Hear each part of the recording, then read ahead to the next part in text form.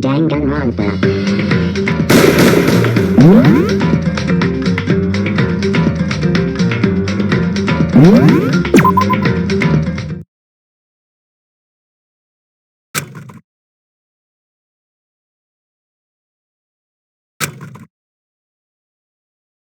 Shall we go?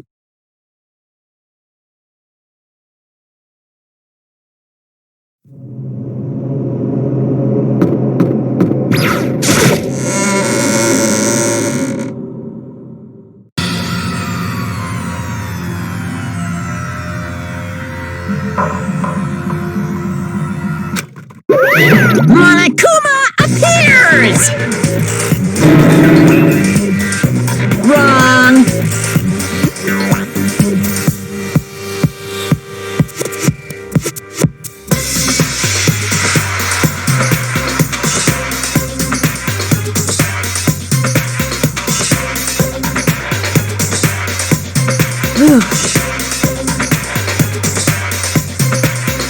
Boy, that's proud.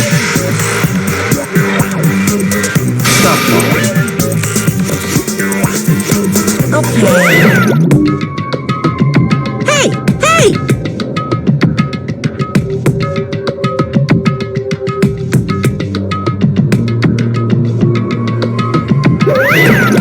Let's go. Please! What the heck?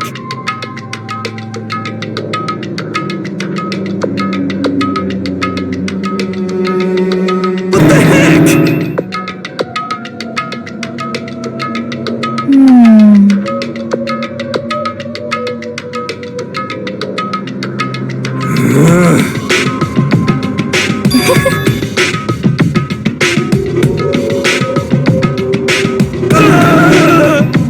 Hey,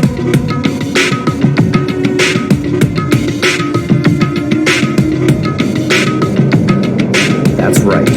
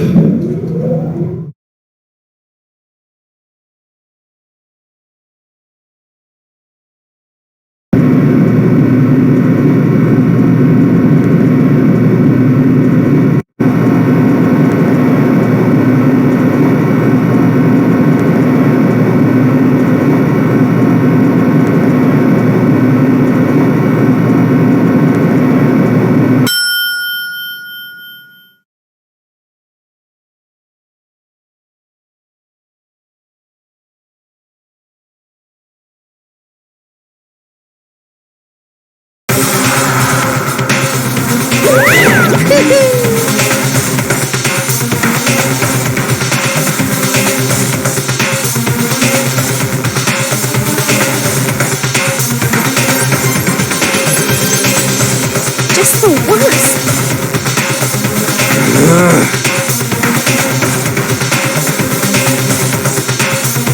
What? Come on.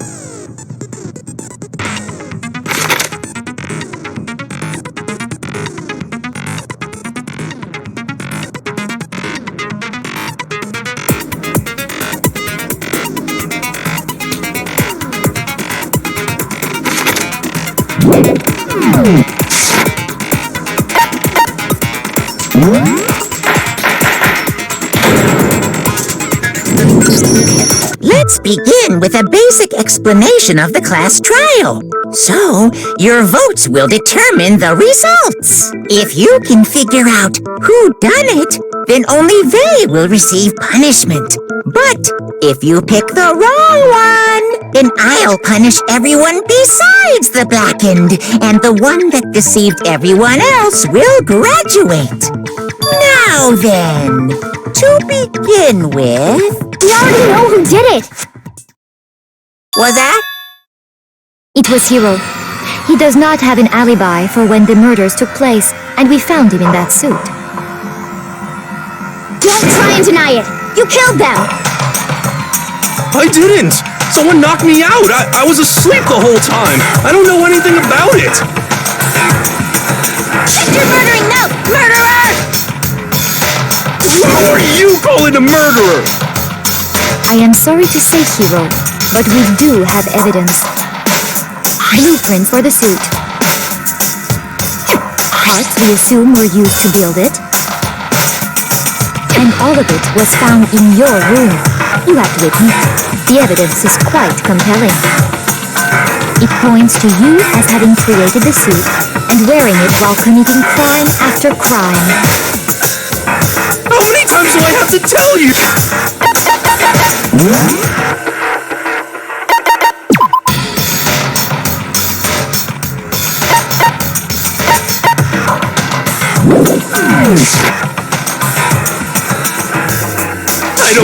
I don't know!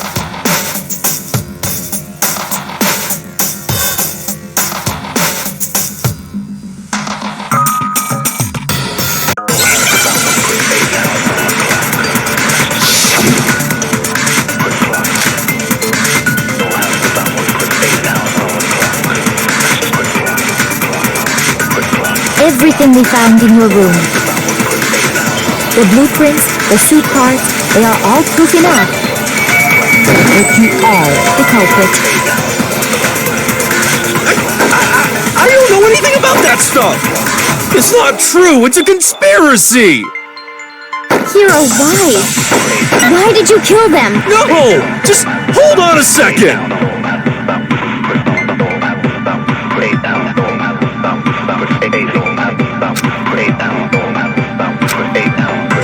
Everything we found in your room. The blueprints, the suit parts, they are all proof enough that you are the culprit.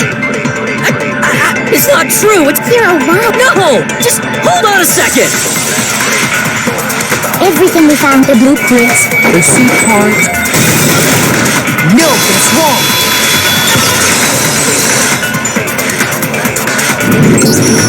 Are we sure Hero really made those blueprints? What do you mean? Well, take a look at this. It's the note that Hero wrote, asking everyone to meet up after Alter Ego disappeared. The handwriting's obviously different, wouldn't you say? When you compare it to the blueprints. There's no way you could think the same person made both of them. Unless that person made it a point to disguise their handwriting.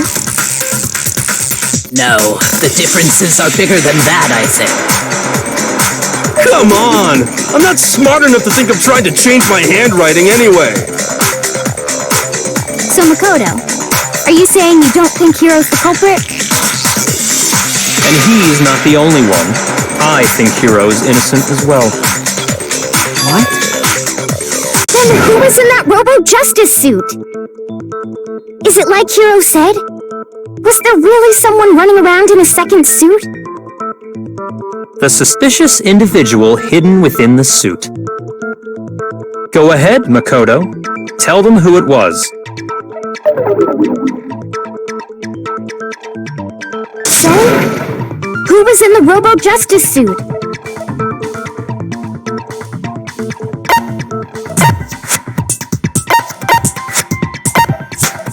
I got it! Other than Hero, I can't think of anyone else it could have been.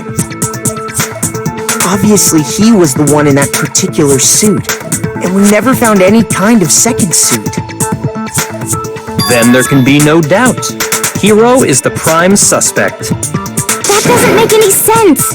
You just said Hero didn't do it! It makes perfect sense. Hero was the suspicious individual in the suit, but he's not the culprit. So what you're saying is... That's right. The culprit in this case has nothing to do with being in the Robo-Justice suit. What? Now that's a bold assumption! And what reason do you have to make such a statement? You do have a reason, yes? Of course. But before we get to that, there's something else we need to clarify first. So let's get that out of the way. Hey, stop trying to boss us around! All things have a proper order. So what is it? What needs to be clarified? We must clarify the method of transportation for Taka's lifeless body. It would seem that his corpse was moved using certain particular items. Makoto, can you tell us what they were?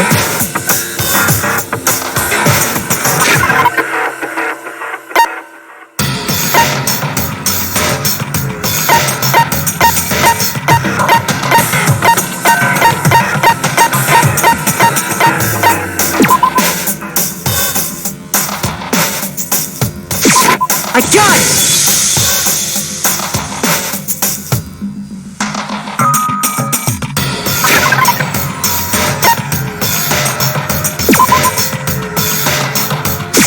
I got it! They were a dolly and a tarp, right?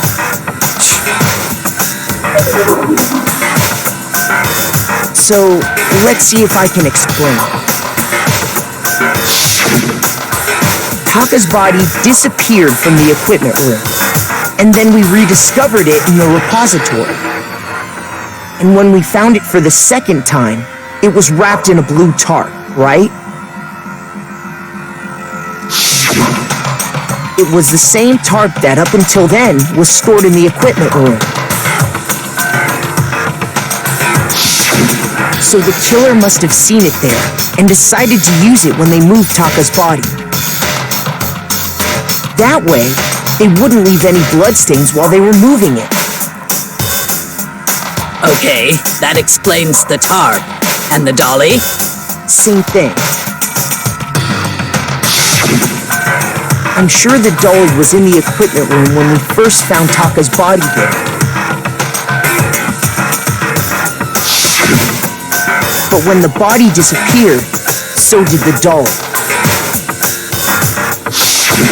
Later, when Taka's body reappeared in the repository, so did the dolly. In other words, you think they used the dolly to move the body, am I right? But are you sure you are not mistaken? Huh?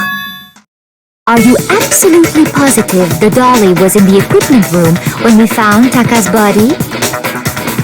That dolly was made specifically for moving large objects between the repository and the art room.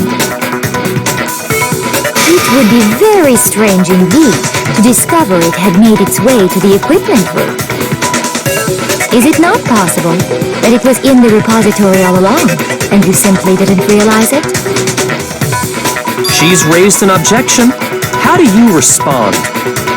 There is no shame in being wrong, and nobody expects much from you anyway. We have all accepted the fact that you rarely understand what is going on around you.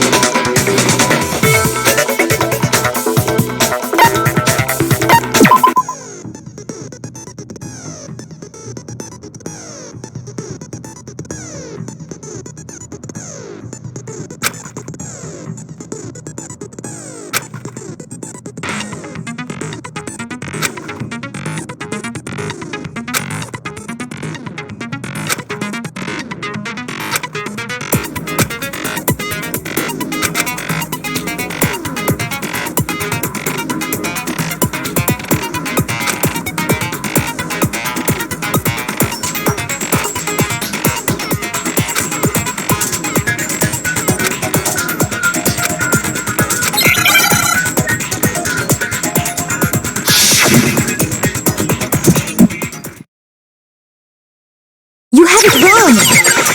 I cannot agree! You are a fool! So pathetic! Lies will get you nowhere! Do your worst! Away with you! You miserable wretch! I cannot agree! You are a fool! Lies will get you nowhere! Do your worst! You miserable wretch! You have it wrong! I cannot agree! You are cruel! So pathetic! Lies will get you nowhere! Do your worst! Away with you! You miserable wretch! I cannot agree! You are a fool! Lies will get you nowhere! Do your worst! You miserable wretch! I cannot agree! This should prove it.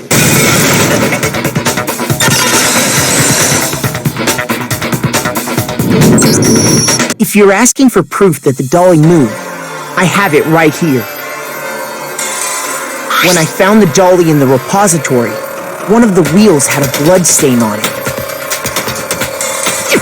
There was a pool of blood in the equipment room with a tire mark in it that matched the dolly wheel's tread.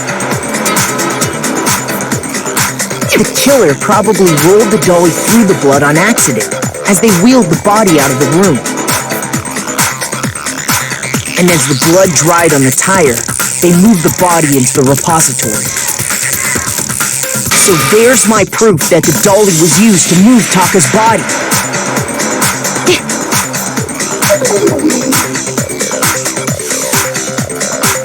Well, anyway, that was just something we had to get out of the way. Let's get back to the main subject. Yeah, the subject of how Robo Justice didn't do it. Because if it's not a killer robot, then what kind of robot is it? I'm not sure that really matters. I'd be happy to explain why the occupant of the suit couldn't possibly be the killer. If you look back on how the body was transported, it will become immediately obvious.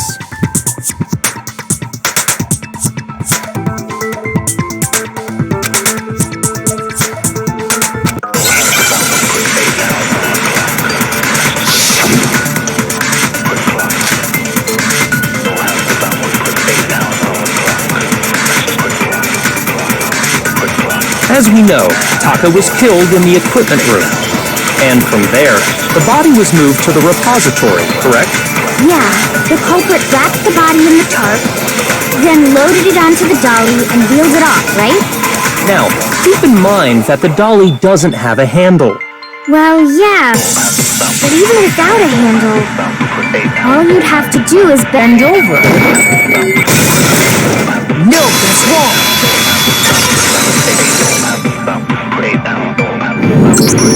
You're absolutely right that you could push a dolly without a handle if you stoop down low.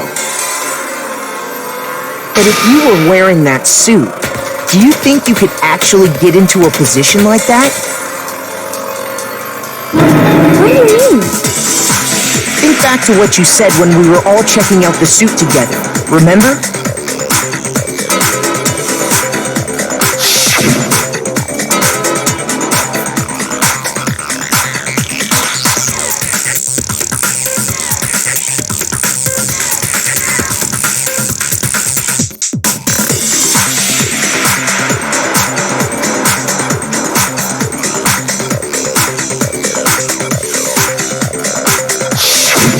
When you're in that suit, not only can you not see your feet, but you can't even bend at the waist. Am I right about that? Now that you mention it, yeah. It seems like it'd be awfully hard to push that dolly if you couldn't bend over. Well, what's to stop you from simply pushing the dolly with your feet? When you can't even see your feet? You really think someone could kick the dolly all that way? Yeah, it'd be totally impossible! Not that I can say for sure myself. On top of that, if you were wearing such a rigid, cumbersome suit, it's very unlikely you would have the dexterity to go about wrapping the body in a tarp. Well, I mean, isn't that just a matter of taking off the suit when you're ready to move the body?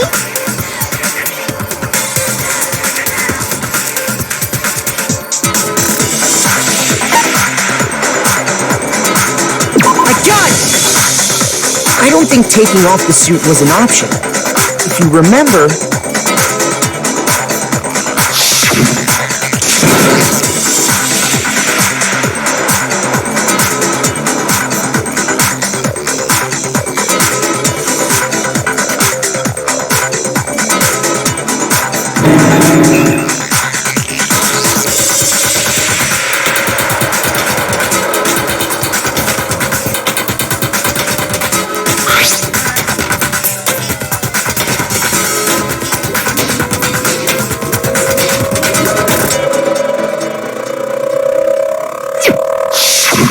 That's true.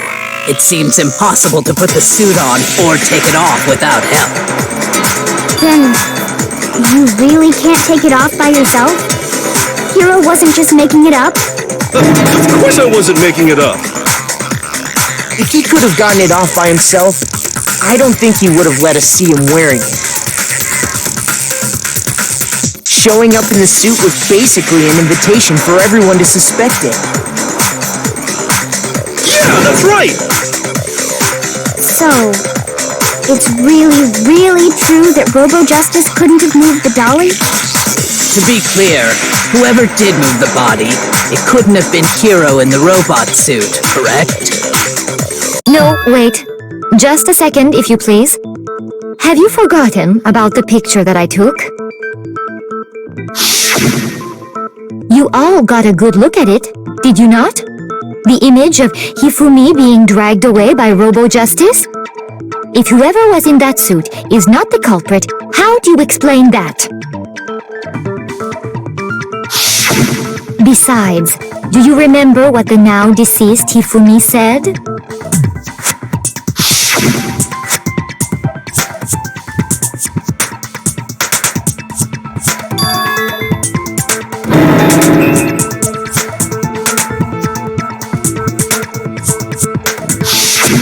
So long as those facts exist, the proper conclusion is beyond question. The individual inside the suit and the culprit are one and the same. It was Hiro, without a doubt. Yeah, that's gotta be right. Hold on a second! It's still far too early to reach that conclusion. Besides, there's no hurry to decide who did it. Before we rush to a verdict, shouldn't we explore every single possibility? Instead of seizing on one viewpoint, the truth is uncovered by analyzing things from every angle. Perhaps, but where do we go from here? Let's review this series of unfortunate events from the beginning. Maybe we'll uncover something new. What a pain in the ass! I don't disagree, but our lives are on the line. If this is what it takes, we have to do it. Plus, maybe we'll get to find out where the heck Kyoko was when everything went down. All right then, let's take another look back at what happened. I suppose we could start with this morning.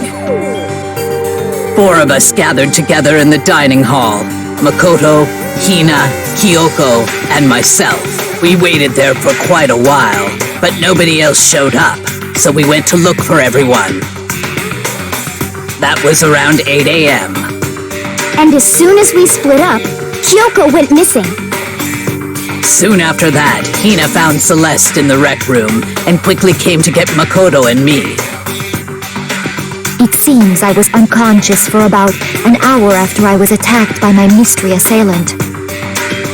I know it was an hour because I remember being attacked a little after 7. That was when we saw Celeste's picture and discovered that her assailant had been wearing a strange costume.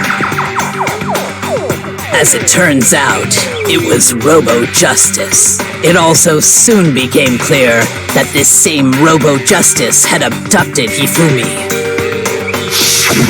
We were soon joined in our search by Byakuya and Toko, and then went on to find Hifumi in the library. He was injured, so we took him to the nurse's office and resumed our search for the suspect. But not long after leaving the nurse's office,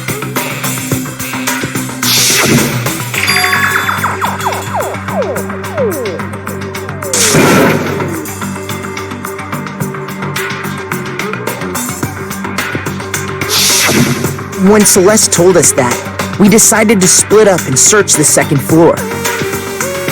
And soon after that, I saw someone moving around on the 3rd floor, and I yelled out to everyone as soon as I did.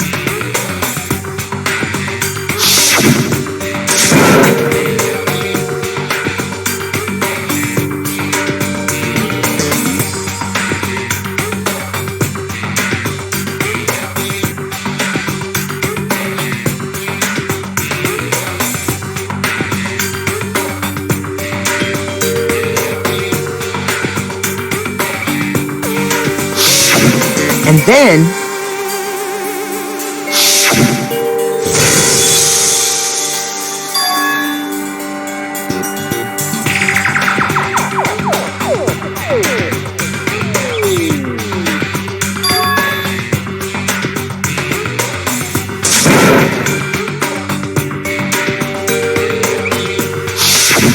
At that point, we decided to divide up into 2 groups. Celeste, Hina, and I went back to the nurse's office, while Sakura, Byakuya, and Toko chased after the suspect. When we got back to the nurse's office, we found Hifumi dead. And that's when we heard the body discovery announcement. I left Celeste and Hina there and headed back to the 3rd floor to let the others know what had happened.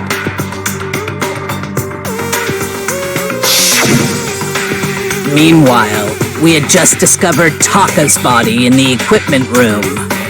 We must have found both bodies at almost exactly the same time, because we heard the same announcement not long after we discovered his body.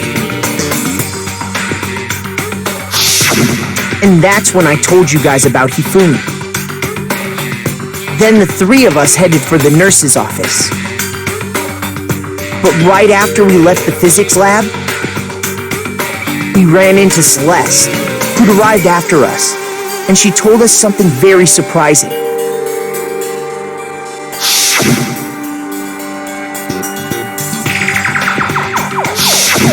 We rushed back to the nurse's office and saw that she was right.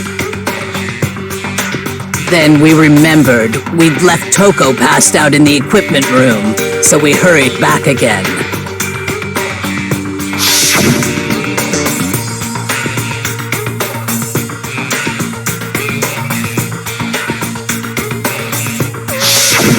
But when we got there, we discovered that now Taka's body had also gone missing. Next thing we knew, we were searching the school for 2 missing dead bodies. And after some time... Celeste informed us that she'd found the bodies, and we all headed to the repository,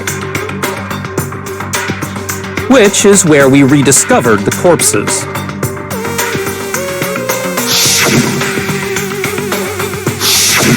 I think that about covers it. I see. The whole thing sounds exceptionally complicated. It certainly seems to me that these are not a simple series of connected events. Okay, well, if that's true, then what? Rather than a single series of events, I think we have to consider each murder a separate situation. And from there, we can uncover the contradictions surrounding all of them. Now then, let's get started, beginning with what happened to Taka.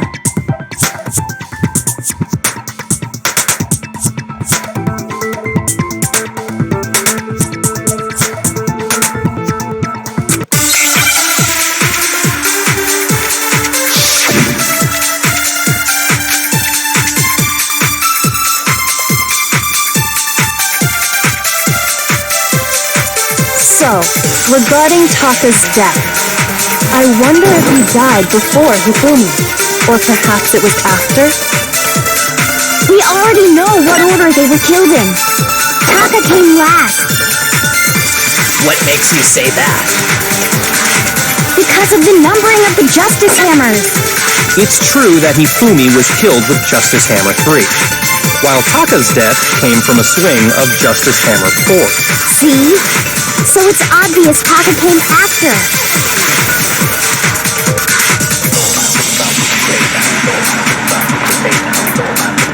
So,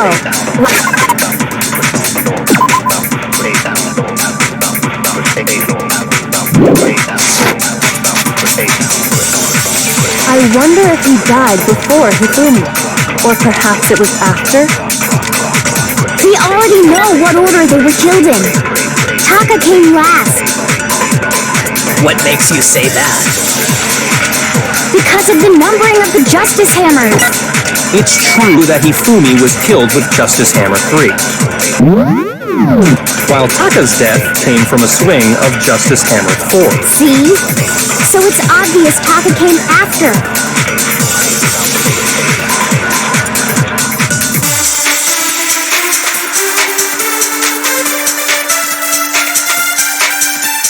So, regarding Taka's death, I wonder if he died before Hifumi, or perhaps it was after? We already know what order they were killed in. Taka came last. What makes you say that? Because of the numbering of the Justice Hammers.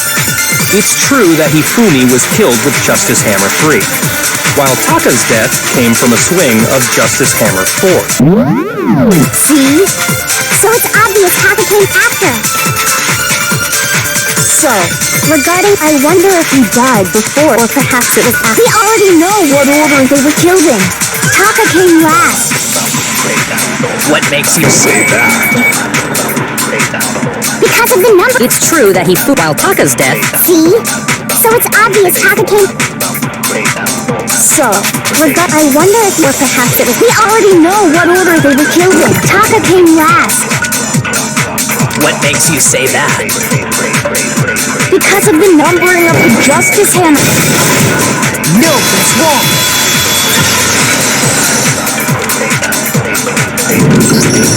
Hold on. There's no reason to assume that the hammers were used in the same order as their numbers. If anything, that's just another way the killer tried to disguise their actions. So you're saying the culprit wanted us to think the hammers were used in order, but in reality, Taka was killed before Hifumi? Okay then, let's see the proof.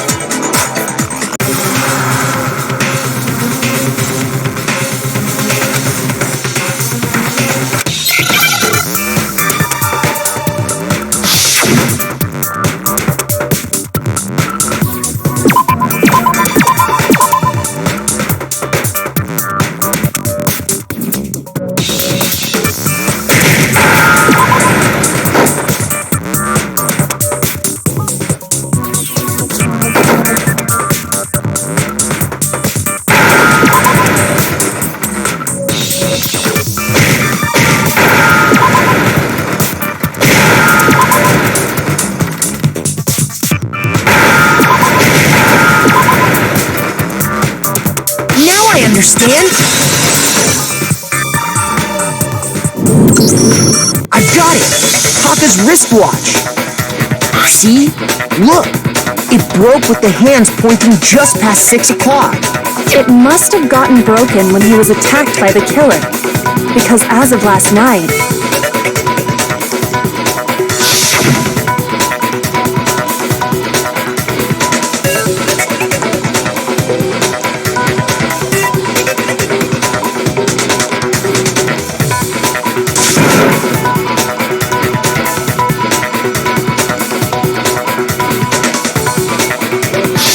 So if it wasn't broken after 6 last night, then he must have been attacked around 6 this morning.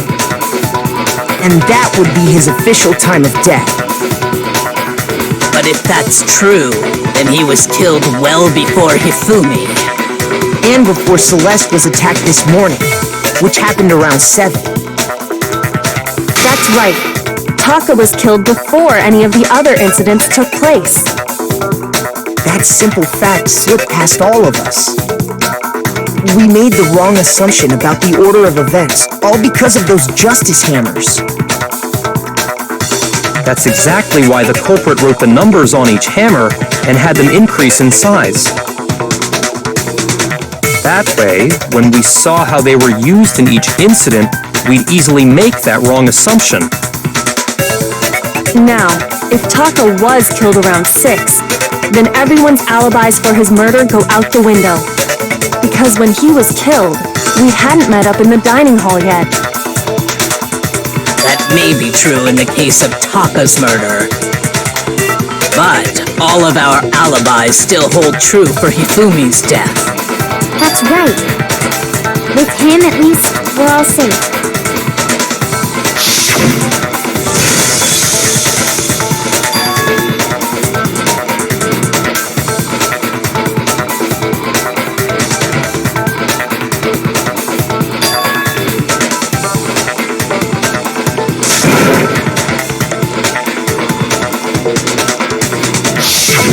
When we heard Hifumi screaming, we were all together.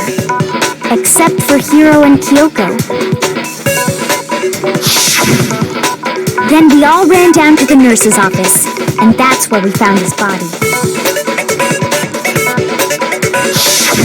That's totally true! We're all in the I know! They must have recorded him screaming on a tape or something, then played it later on! If that's true, where's the tape? I don't know. Don't just go making stuff up. Anyway, we all have rock-solid alibis for when we heard Hifumi scream. Since all of us were there together, clearly none of us could have killed him. And it does not stop there. There was also the moment when we discovered his body had disappeared.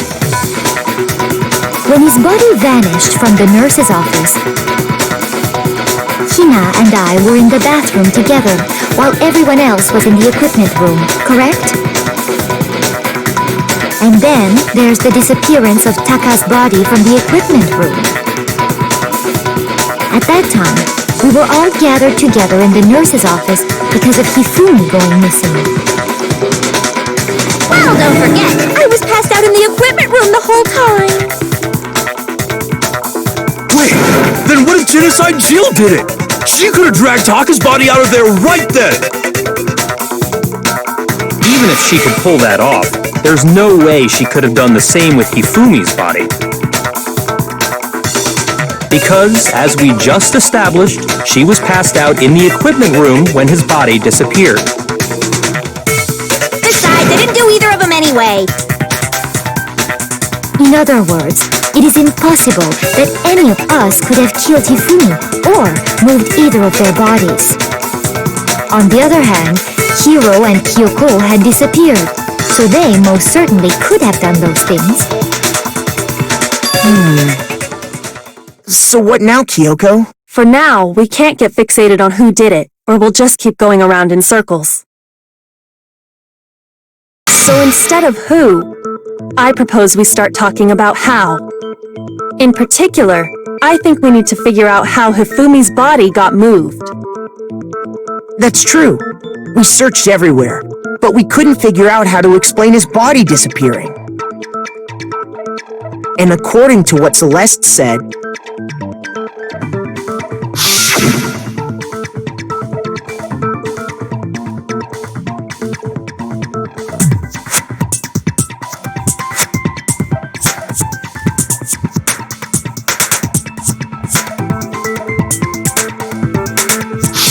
his body apparently disappeared in the 1 minute her and Hina took their eyes off of it.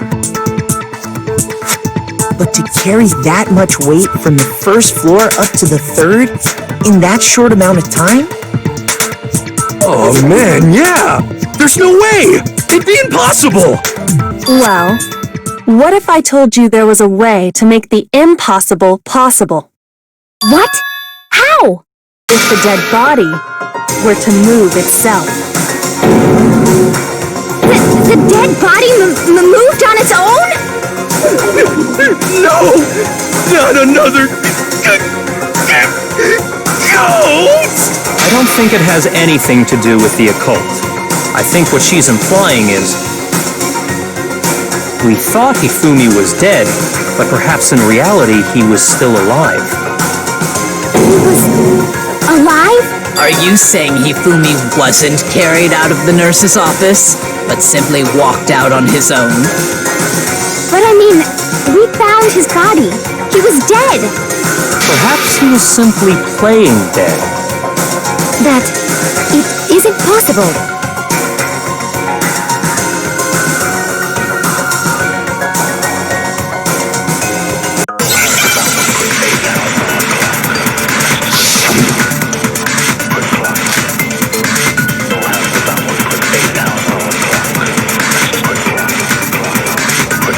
Are you saying that when we first found Hifumi in the nurse's office, there's a chance he was actually still alive? No, it is impossible. Hifumi was dead, without a doubt. And you know that how? Surely you heard the body discovery announcement along with the rest of us. Hifumi's dead body had been found. And that is why the announcement was made. Are we really so... Maybe the announcement was intended to signal someone else's discovery.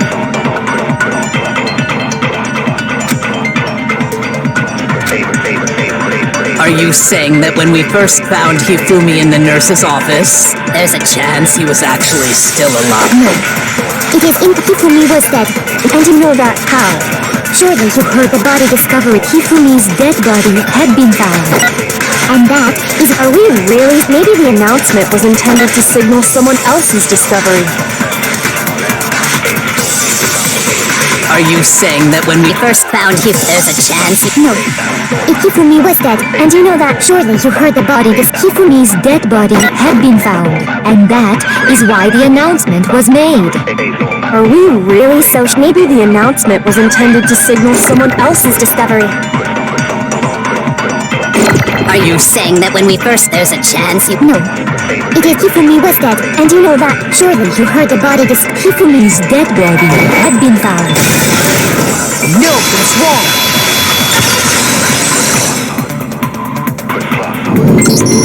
Was the body discovery announcement that was made really intended for Hifumi? Of course it was. The announcement played right after we discovered his body. Maybe. But that was also the same time that Taka's body was found. That's right. It wasn't long after finding his body that we heard the announcement. So there's a good chance we've made a mistake in there somewhere. I think we've confused whether the announcement was for Hifumi or Taka. First of all, if two bodies had been found, there really should have been two announcements. Maybe Monokuma simply got lazy and rolled them together into one. What do you say, Monokuma? Any comment? Well, it's a very sensitive issue, so I can't go into too much detail. But what I can say about the body discovery announcement is that it's only broadcast when 3 or more people find a dead body for the first time. That didn't answer our question, man.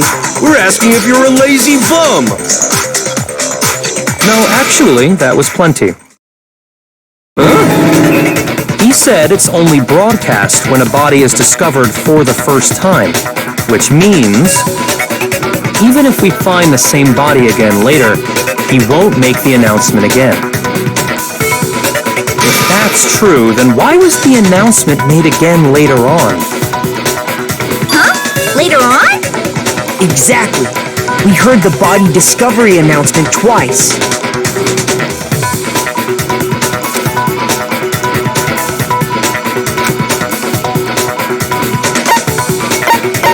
I got it! We heard it a second time in the repository, when we rediscovered the two bodies.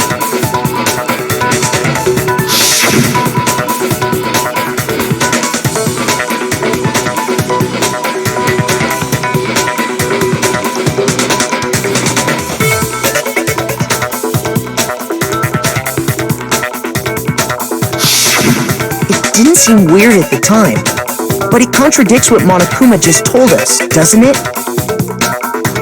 Exactly. If we were actually rediscovering both bodies, the announcement shouldn't have played. And in reality, when the two dead bodies were rediscovered, one of them was actually being discovered for the first time. So, when we found Hifumi the first time in the nurse's office, he wasn't actually dead yet. Meaning, he wasn't actually found dead until we came upon him in the repository. And that's just part of it.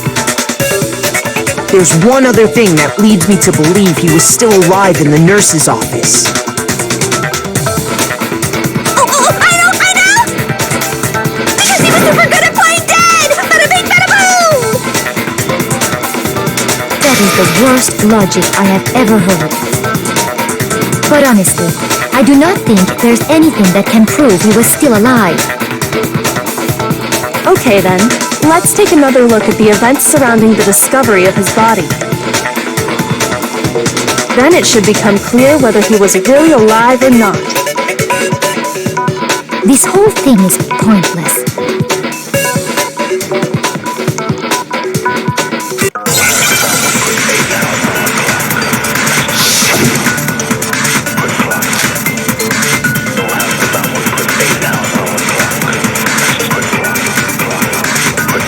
Well, here's one thing we do know.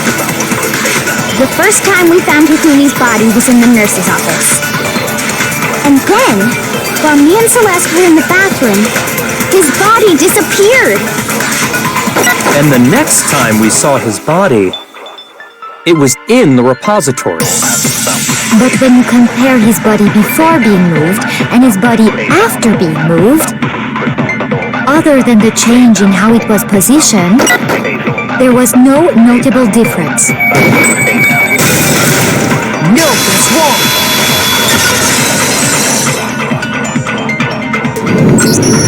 In fact, there was one clear difference between Hifumi in the nurse's office and the repository. His glasses. That fact alone proves that he was only playing dead in the beginning. Perhaps you'd like to fill the rest of us in? When we found Hifumi in the nurse's office, his glasses were covered with blood. But when we found him again later in the repository, they were spotless. And I found the item he used to wipe them clean in the nurse's office trash can.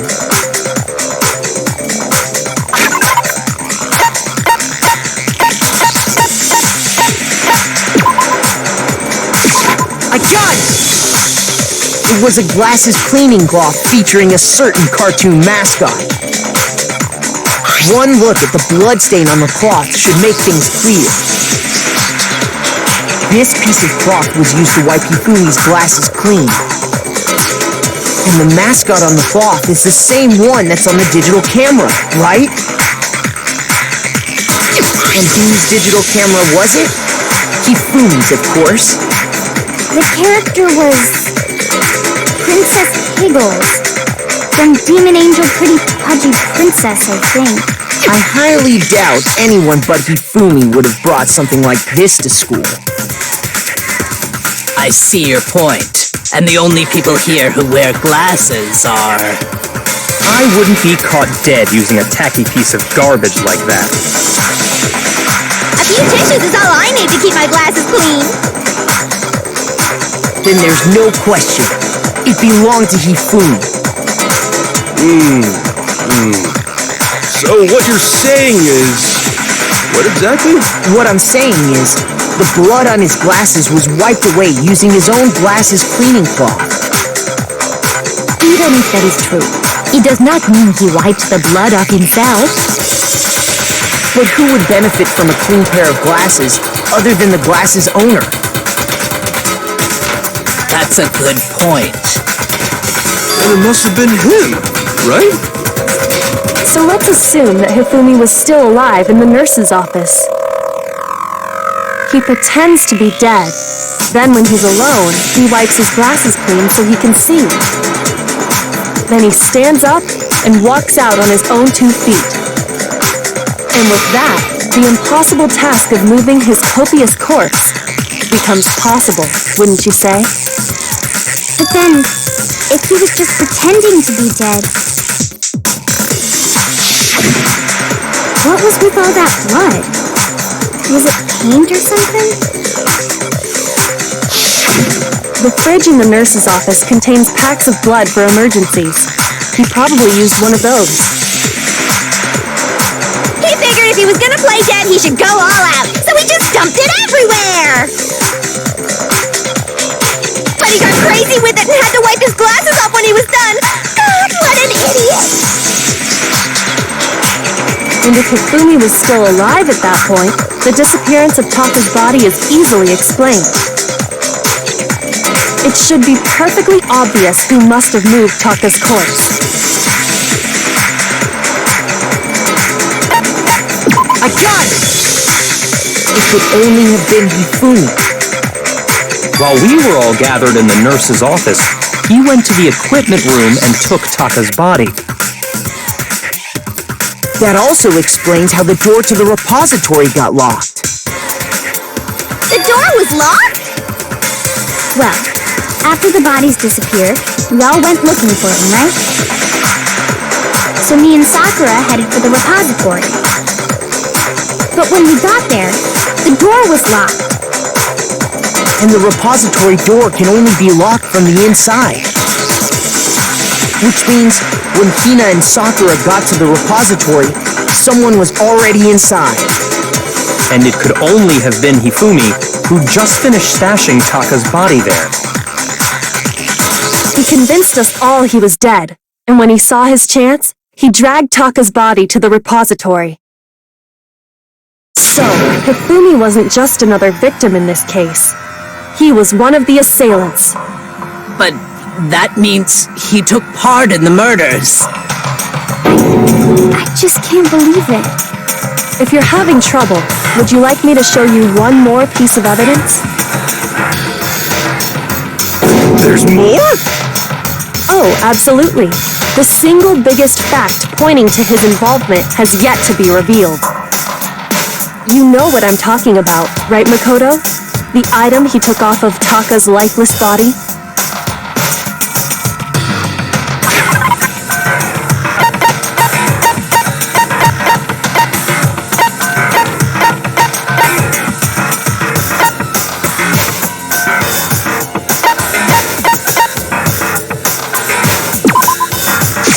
I got it!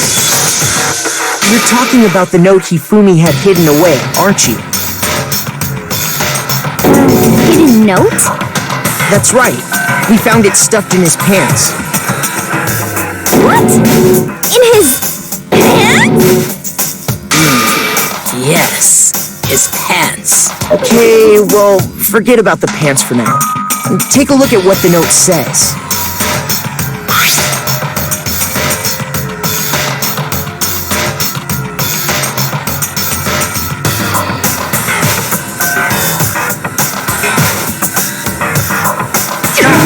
That's the note I was telling you about. The one that told me where to go. Huh? Wait, this one's a little different. In my note it said, Monokuma can't find out, so don't tell anyone else for now. Let's meet in the rec room at 1 a.m. I see. Then this note isn't the same one Hiro got. It's not the same? In other words, the killer got in touch with another person besides Hiro. And that person could only have been... I got it! That's right! Taka! The killer used this note to draw out Taka and murder him. Hello? Over here! Objection! Objection! I don't really understand what's going on, but Hifumi had that letter, right? So whoever wrote it wasn't drawing out TikTok, they were drawing out Huffy! Just to be clear, TikTok is Taka and Huffy is Hifumi, right? Ugh! Yes! Why must you ruin it every time?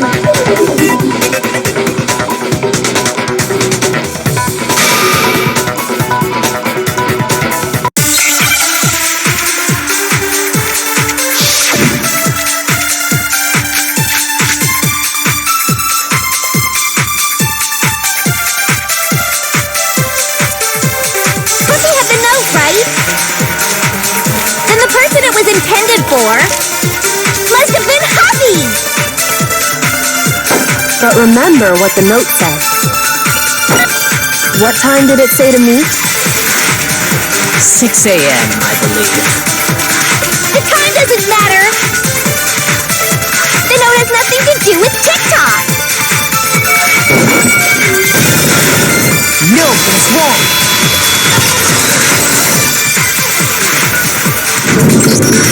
No, there absolutely is a connection. What the hell are you talking about?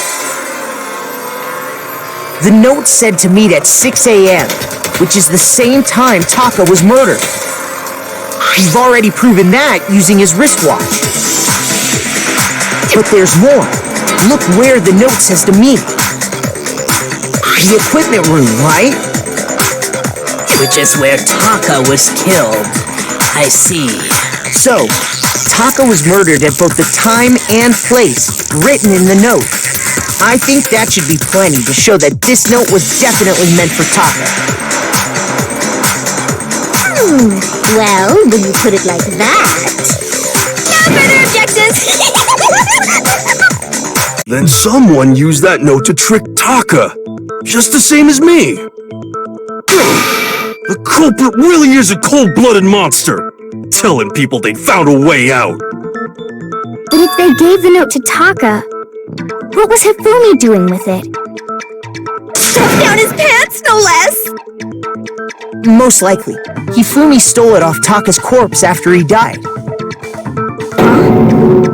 He stole it? Where's your proof? Go ahead, show us.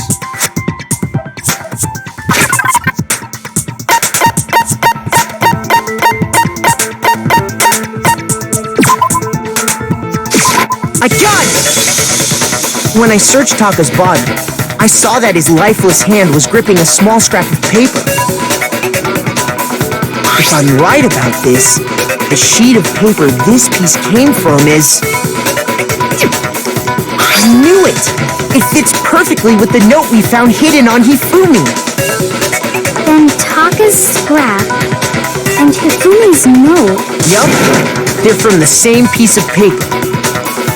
Hifumi had the note meant for Taka, while Taka's corpse still grasped a small piece of that note. There is only one way to explain it. Taka died clutching the note. Hifumi tried to free the note from its death grip, leaving behind only one small scrap. Did I get all that right? That means Hifumi knew the note was important. Exactly, which proves that he was an accomplice in the murder. Whoa. Yeah, after seeing all this, Hifumi was super involved in this whole thing for sure. In fact, he was behind the whole thing. In fact, he's still alive. Sorry, no. When we found him in the repository, Hifumi was truly and completely dead. The second body discovery announcement proves that. So then, who killed Hifumi? Whoever did is the mastermind, the true killer.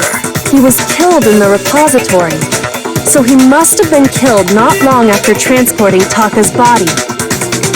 So, he must have been killed after Taka's body vanished, but before we found both bodies in the repository. During that time, we'd all split up and were searching for Taka's missing body. In other words, during that time, none of us have alibis. Wait, but me and Sakura were together. Stop trying to steal the spotlight, you stupid walrus! Who are you calling a walrus? Anyway, when they were killed bothers me too. But there's something that's been bothering me even more. And what might that be? The weapon they used to kill Hifumi. The weapon?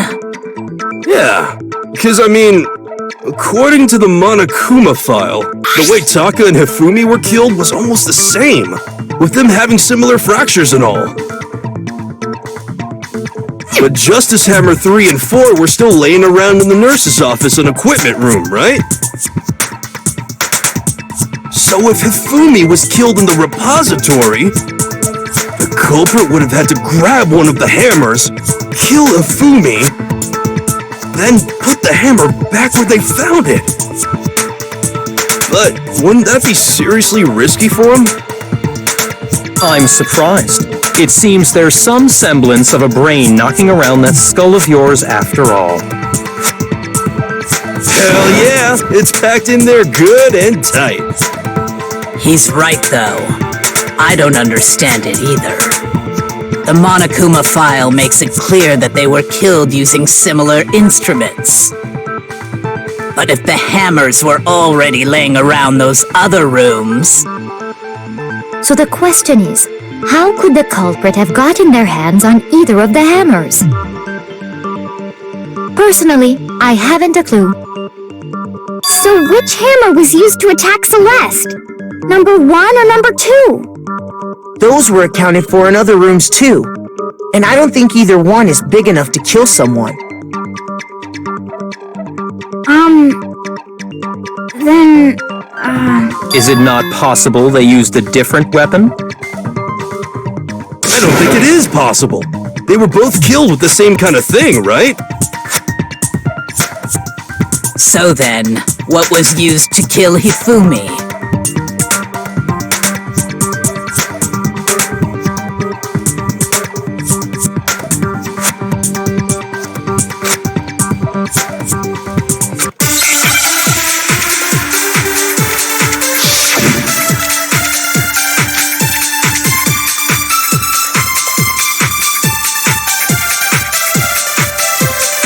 What was used to kill Hifumi?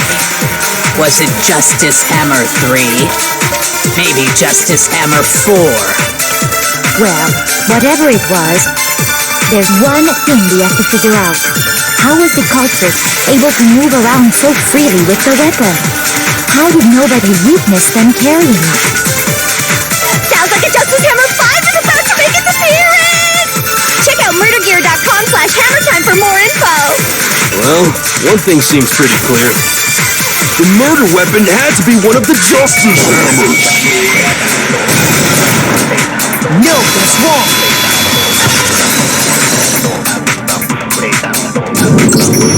The murder weapon wasn't a Justice Hammer at all.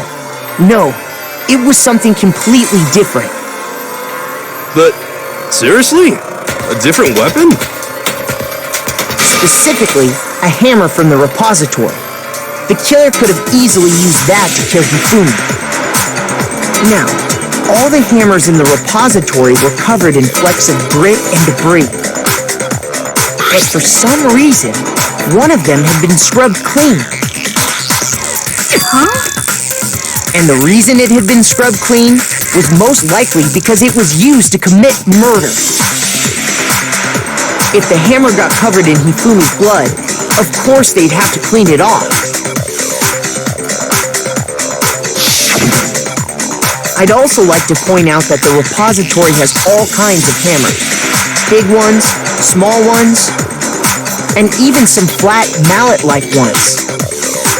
I think whoever made the Justice Hammers used those as a basis for their design.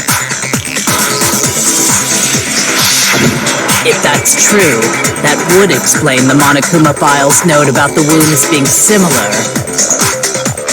So Hifumi moved Taka's body to the repository, where someone then used the hammer to kill him.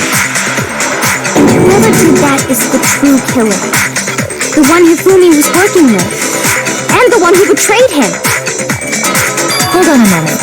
I still think it's strange to assume someone was working together with him.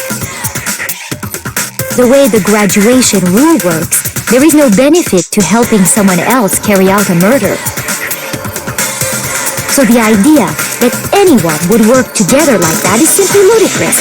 We talked about this, did we not?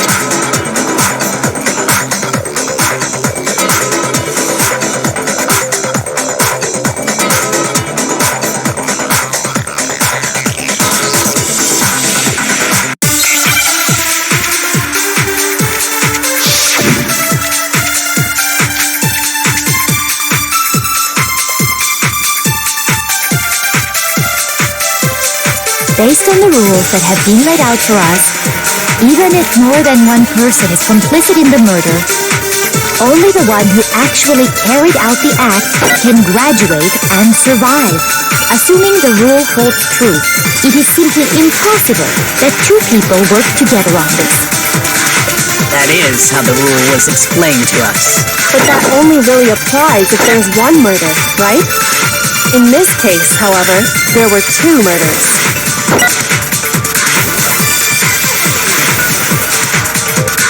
Based on the rules that have been laid out for us, even if more than one person is complicit in the murder, only the one who actually carried out the act can graduate and survive. Assuming the rule holds true, it is simply impossible That is how... But that only really applies. In this case, however, there were two murders. Based on the rules that even if more than one, only the one who actually kept, assuming the rule holds true, It is simply That is how the... but that only really applies. In this case, however, there were 2 murders. Based on the rules that have even if more than one, only the one who actually, assuming the rule holds true. That is... But that only really applies if there's... In this case, however, there were 2 murders. Based on the rule, even if more than one, only the one who actually, assuming the rule holds true. That is... But that only really applies. In this case, however, there were 2 murders. Based on the rules that have even if more than one, only the one who actually carried out the act, assuming the rule holds true. It is simply impossible that 2 people work together on this. No, that's wrong.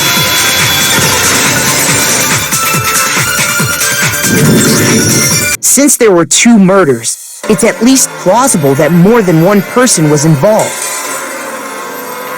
What do you mean? If there'd only been 1 murder, then yes, the idea of an accomplice isn't really worth considering. Naturally, if only 1 person can be saved per murder, an accomplice has no risk versus reward benefit. Risk versus reward benefit? The payoff for working together. The reward that balances out the risk of taking part in a scheme. There's no point in being someone's accomplice if there's no benefit to you. However, if there were some potential mutual reward for the risk, then cooperation becomes possible. You're saying that 2 people could act as each other's accomplices to commit 2 separate murders. I think that's what the true killer told Hifumi. They would each have an accomplice for their crime. And based on the case's events, Hifumi would have been the first one to act, murdering Taka. They made him carry out the first murder so he couldn't back out of helping them later on. So in this case, there wasn't one single person committing multiple murders. Instead, each person killed someone, creating 2 separate incidents. And it only looked like one person because that's how the true killer designed it to look. A single suspicious individual, a similar weapon used in each crime, disappearing bodies. By creating one seamless set of circumstances, they made it look like one person was behind it all. The mastermind picked their target and managed to convince him to go along with their plan. And then, to avoid the no accomplices rule, they simply killed their accomplice. Which, if true, means that betraying Hifumi was part of the plan from the very beginning. That's just awful! How could anyone be so cruel? You think so? I can't help but admire its cunning. Still, their choice of accomplice seems odd.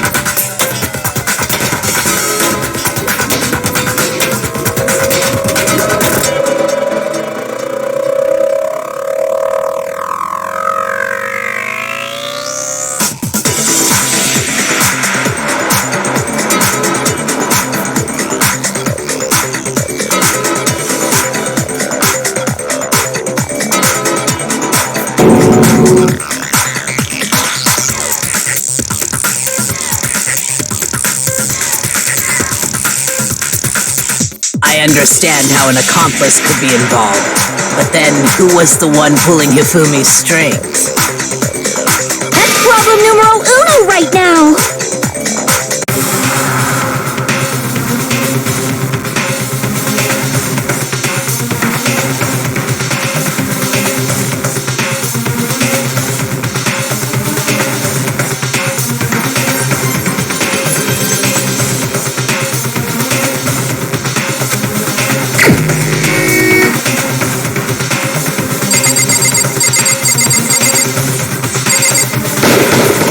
Here's my answer. It was Celeste. So I'm the suspicious individual now, am I? I really do hate this kind of joke. A joke? I wonder. So what you are saying then is that I specifically chose to work together with Hifumi. The idea that I would choose to spend any amount of time interacting with him, that I would go within 10 feet of that shit-punk, brain-fat, lazy, worthless goddamn idiot! Pardonnez-moi. Just to be clear, there is evidence to support it. Is that so? It is. Throughout the investigation, there was certain behavior that was common only to the two of you. Considering what we've learned so far, it only further proves that the two of you were working together.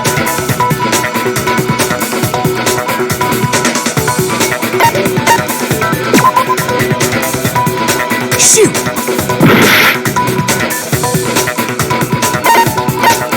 I got it!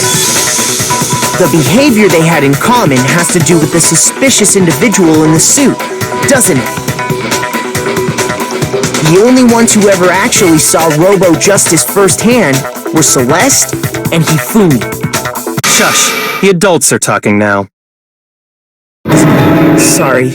As he said, only Celeste and Hifumi ever laid eyes on the costumed individual. If we accept that Hifumi was one of the culprits, we can't help but suspect what Celeste has said as well. Are you saying everything they told us was a lie? After taking Hifumi to the nurse's office, we all began our search for this individual, correct? And not too long after that, do you remember what Celeste said?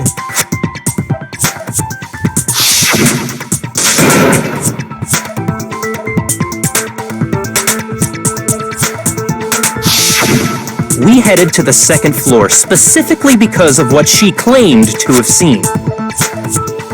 Next, to draw us all to the physics lab up on the third floor, She let out a blood-curdling scream. and when we'd all come to see what was wrong, what was it she said?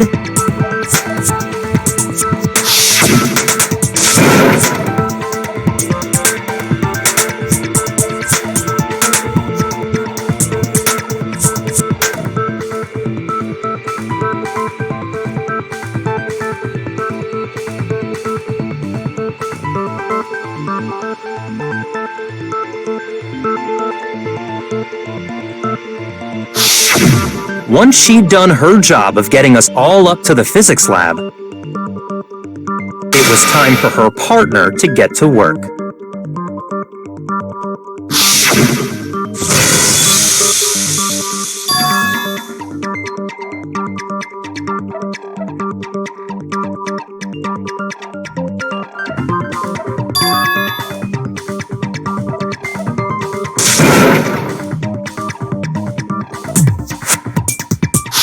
It was to get us to divide into two groups, so that we would discover both bodies at the same time? In fact, Celeste was precisely the one who proposed that we split up.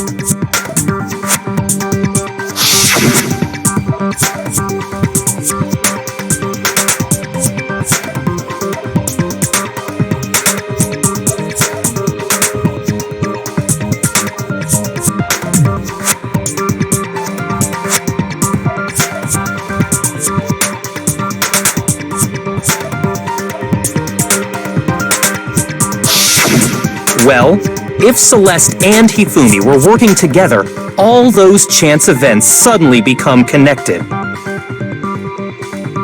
on top of that, that piercing cry of yours early on.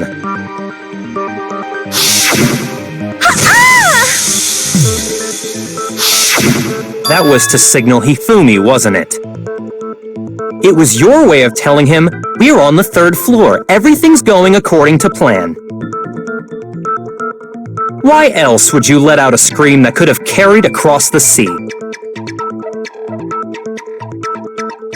I just realized another strange thing. When we found Hifumi in the nurse's office, who we now know was only pretending to be dead,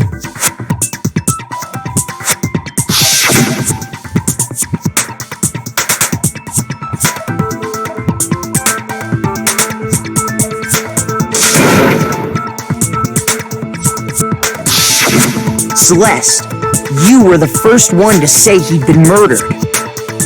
You wanted to make sure we wouldn't have any doubt in our minds. I don't believe it! Everything, the whole thing was one big act! Hina, you were with Celeste when Hifumi's body disappeared, right? Yeah. I was feeling kinda sick, so Celeste took me to the bathroom. Wait! Then that was...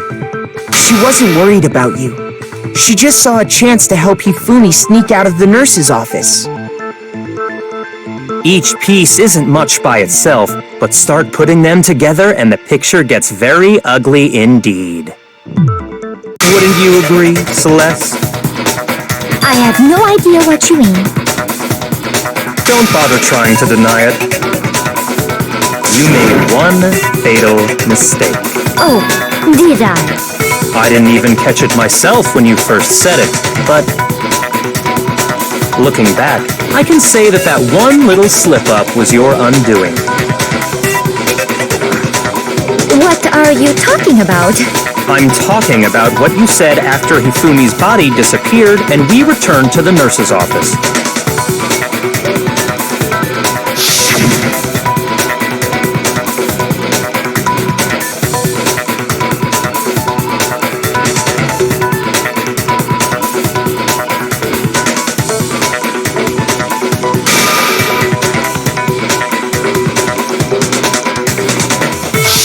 I remember her saying that too, but I don't understand what's so strange about it. Then pay attention. Sakura, Toko, and I were first to discover Taka's body in the equipment room. Then Makoto showed up and told us Hifumi had been killed, so Sakura and I left with Makoto. Once we were in the hall, we ran into Celeste, and the four of us headed to the nurse's office. Now, the entire time we were together, none of us said anything about Taka being dead. Think about it. Celeste's comment doesn't make sense. It was completely out of place. Yeah, I see what you're talking about. Although I don't really get what it means. You hear that, Celeste? Everyone's having some trouble understanding. Could you repeat what you said? If you're really not the culprit, you shouldn't have any problem repeating it, right?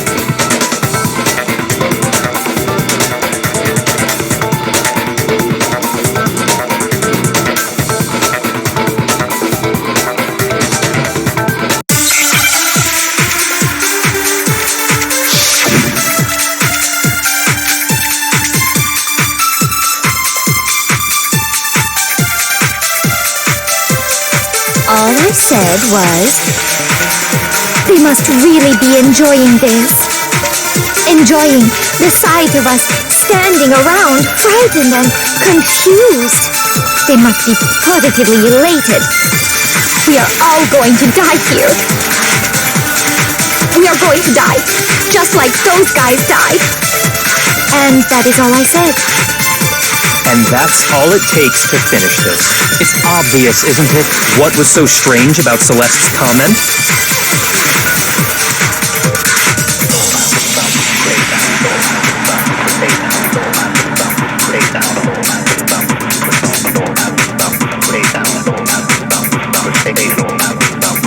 All I said was, they must really be enjoying this. Enjoying the sight of us standing around, frightened and confused. They must be positively elated. We are all going to die here. We are going to die, just like those guys died. And that is all I said.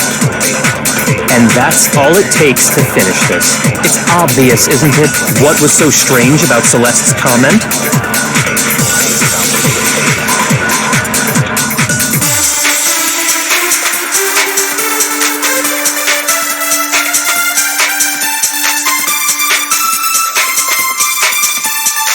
All I said was, they must really be enjoying this.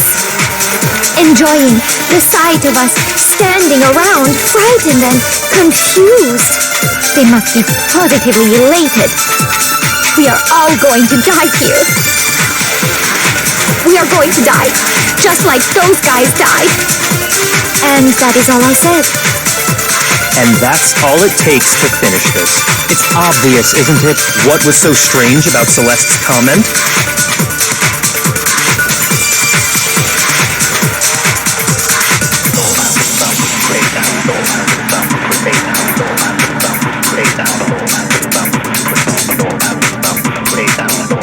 All I said was, they must really be enjoying this. Enjoying the sight of us standing around, frightened and confused. They must be positively elated. We are all going to die here. We are going to die, just like those guys died. And that is all. And that's all it takes. What was so strange about Celeste's comment? All I said was, they must really be enjoying the sight of us standing around, frightened and confused. They must be. We are going to die. And that is all I said. And that's all it takes to finish this. What was so strange about Celeste's comment? All I said, they must really enjoying the sight of us standing around. They must be positive. We are all going to die here. We are going to die. And that is all I said. And that's all it takes. What was so strange about Celeste's comment? All I said, they must really enjoying the sight of us. They must be. We are all going to die here. We are going to die, Just like those guys died. All I said, they must really enjoying the sight of us. They must be. We are going to die. And that is. And that's all it takes. What was so strange about Celeste's comment? All I said, they must really enjoying the sight of us. They must be. We are going to Die. Just like those. No, that's wrong.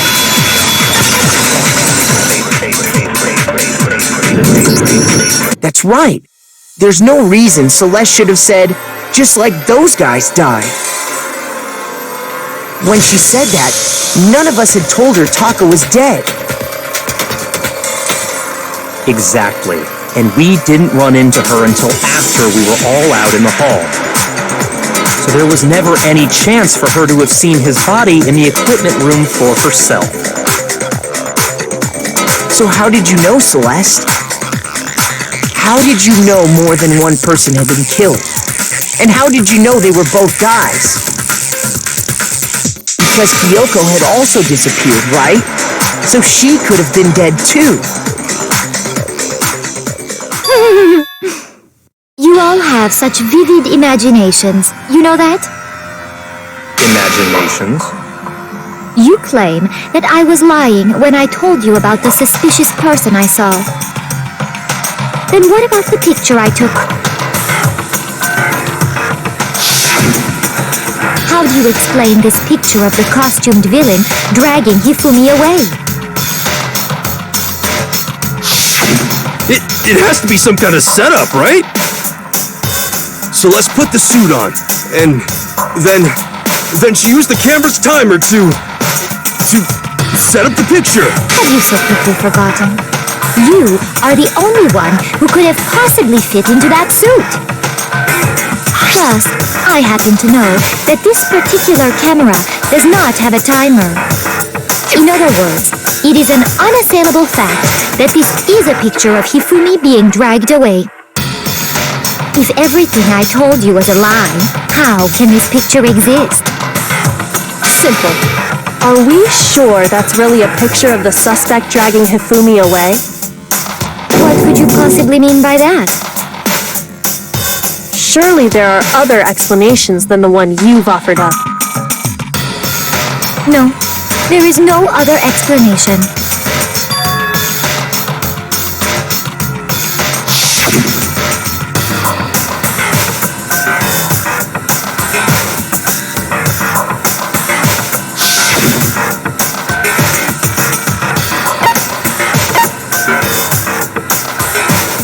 I got it! It's not a picture of the suspect dragging Hifumi away. I I would say it's a picture of Hifumi dragging the suspect away. That's certainly within the realm of possibility. The one being dragged off in that picture isn't Hifumi, but the person in the robot suit. We've simply been led to believe that it's the other way around. And the strange costume might only exist to lead us astray even farther. If you saw someone wearing something like that in this situation, of course you'd notice and be suspicious. That's what happened! You put me to sleep and made me out to be the bad guy in all this!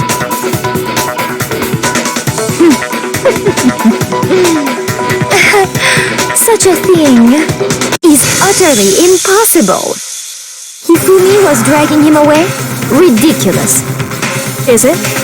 I don't think it's ridiculous at all. Then shut your mouth and allow me to educate you.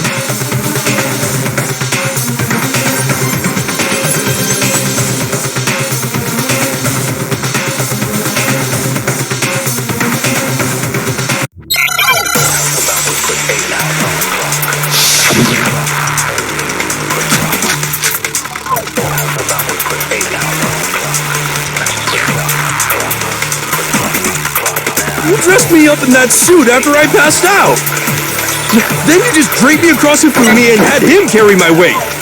You tried to make me look like the bad guy! Like I said, ridiculous. As you can see in the picture, the suspect is standing perfectly upright. If the person inside the suit was unconscious, there's no way they could stand up straight like that. Then the fortune-telling idiot is the culprit after all! No way!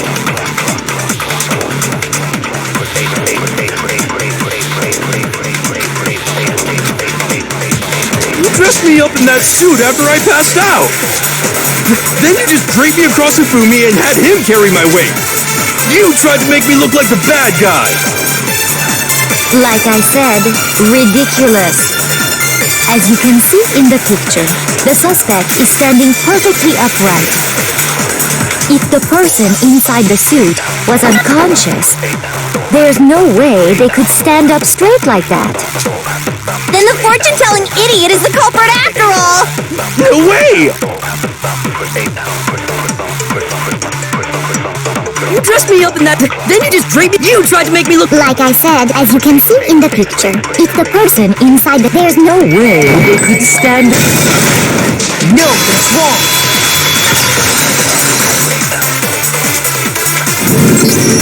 No. Even if the person inside the suit were unconscious, they could still stand up like that. Because that Robo-Justice suit had a certain characteristic.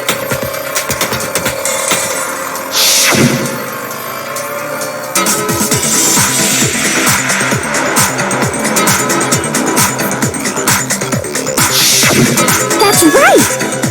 They totally made a mistake when they made it, so it couldn't bend at the waist.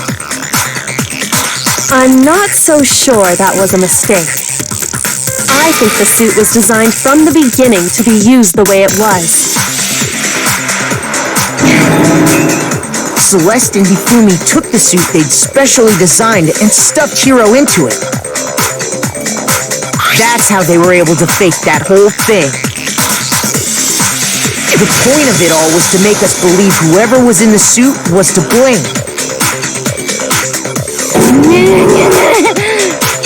Well then, I suppose this is checkmate.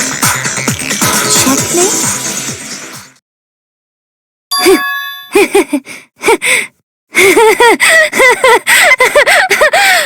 Don't make me laugh, you idiot! What do you mean, checkmate? Celeste?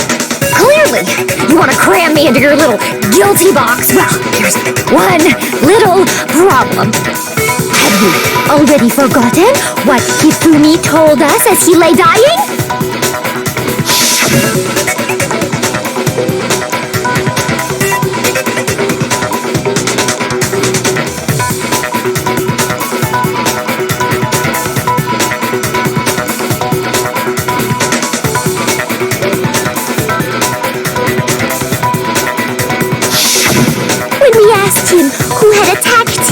his answer was quite clear, was it not? He said, and I quote, Yasuhiro. In other words, Yasuhiro Hagakure! Right! But my name isn't really Yasuhiro! It's actually Taro! Your confusing statements don't make any sense. You're only making things more complicated. He did say Yasuhiro, but are we sure he was really pointing the finger at Hiro? What the hell are you talking about? I'll burn you alive! Kyoko, what do you mean by that? Think back to how Hifumi used to talk to us. How did he refer to each of us? I got it! That's right! Our last names! He called us all by our last names! Exactly. I know I heard him say Mr. Naegi more than once, for example. So if Hifumi did mean to say Hiro's name, he would have said his last name, Hagakure. I'm sure it was just incidental. By chance, his first name. Indecent? Don't talk. Random chance. Now isn't that a convenient explanation? No, there's no reason to think he would have said the name any different than normal. But he must have run out of energy before he could say any more. So Hifumi was trying to tell us the last name of whoever killed him? But the name he said doesn't apply to anyone here. Well, no. Hold on. There's one person it could apply to, and that's Celeste. She never actually told us what her real name is. What did you just say? To think you'd take your false accusation so far, I don't know whether to laugh or spit! Come on! Enough with your idiotic blather! Yasuhiro is a loser's name! Do I look like a loser to you? Well, do I? What? I think I've earned the right to be a little on edge. Okay, then fill us in. What's your real name? Make sure your ear holes are wide open and listen up! My real name is Celestia Ludenberg. Could you please stop making me repeat myself over and over again?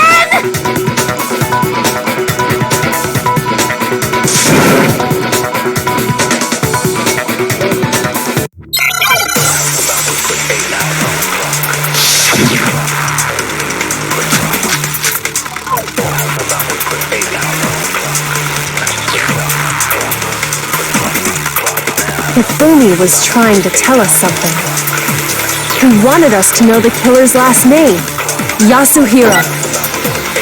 If there's one person here who might have that last name, It would have to be you, Celeste. You haven't told anyone what your real name is. how many times do I have to tell you? My name is... Celestia Ludenberg, God damn it! How long do you plan to go on pretending? I'm not pretending. It's the truth.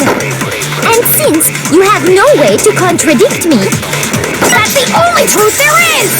Moron! Hifumi he wanted us to know the killer. If there's one person... It would have to be you, Celeste. How many times? Celestia Ludenberg! How long do you plan to... I'm not pretending. And since you have no way to contradict me...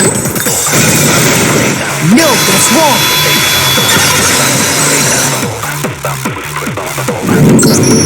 That's it! The handbook! What? Anytime you turn your handbook on, it shows the owner's name when it boots up, right? Monokuma told us all about it before.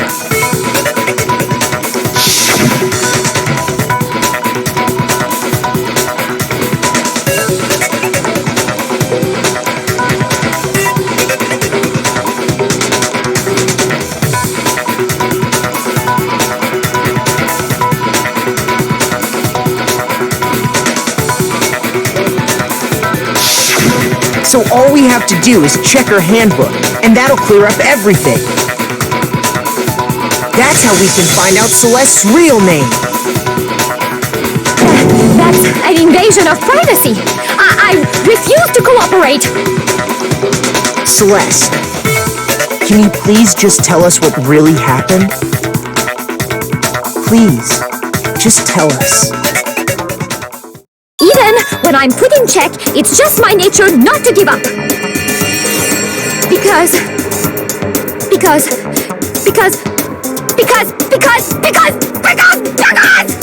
until the game's over, you never know what might happen. Fine then, let me settle it. Let me go over the case again, from the beginning, and shed light on all your crimes. And that'll bring everything to an end.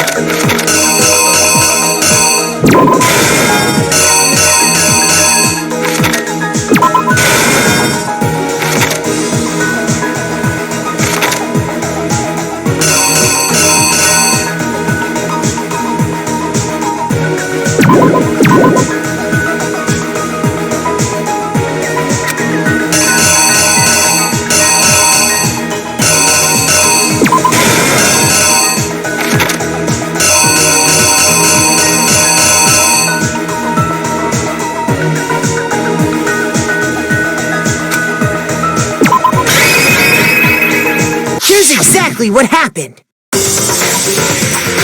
Before anything, the killer persuaded someone to help carry out the murder. And that person was...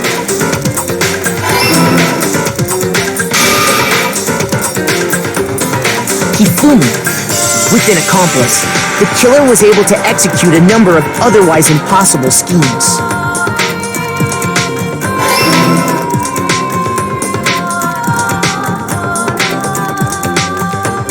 First, they convinced someone to meet them in the rec room last night at 1 in the morning.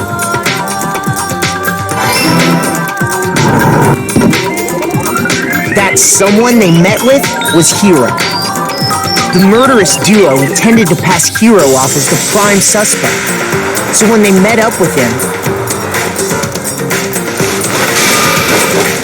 they drugged him, knocked him out, and stuffed him into the Robo-Justice suit.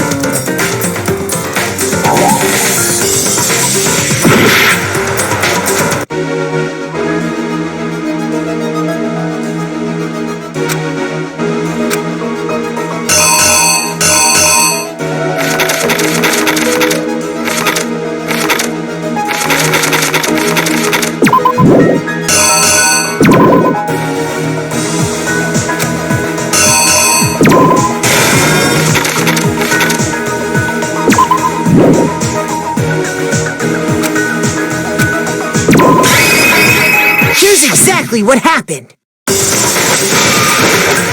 They drugged him, knocked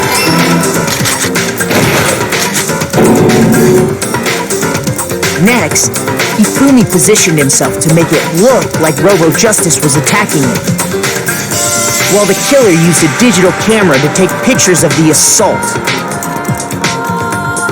They did all this just to create evidence that would put the suspicion on Hiro. When they were done with him, they shoved him, still unconscious, into the pool room locker.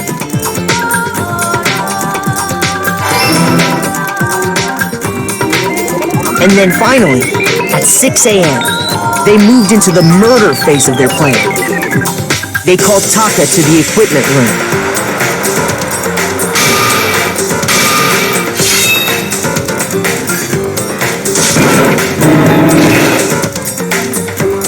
And that's where Hifumi killed him, making it the scene of the first murder.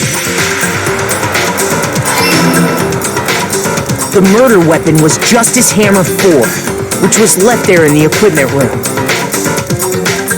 The reason Hammer number 4 was used was to create confusion about the order of the crimes. So, next they falsified 2 more assault incidents. For these attacks, the killers pretended to be the victims, to solidify Robo-Justice as the suspect. The first fake incident was the attack in the rec room. There, the killers wanted us to see Justice Hammer 1 and the Robo-Justice pictures they'd taken. They wanted to make sure we bought the surprise attack store. The second fake incident was the attack in the library.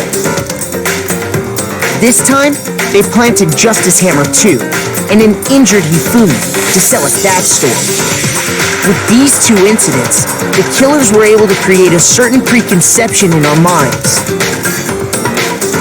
that the suspect was increasing the size of the hammers and attacking people in order as they did. We fell right into their trap and started looking for the suspect based on that, but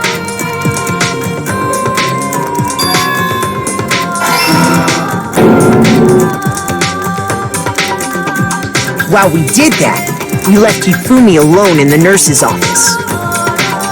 This was exactly what Hifumi was hoping for.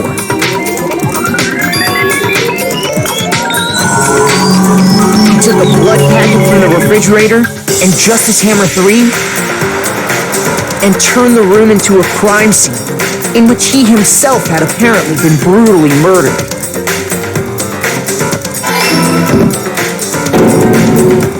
He let out a scream to draw us back, and when we returned, that's what we found. Meanwhile, the other group that had been out searching found Taka's body at the same time.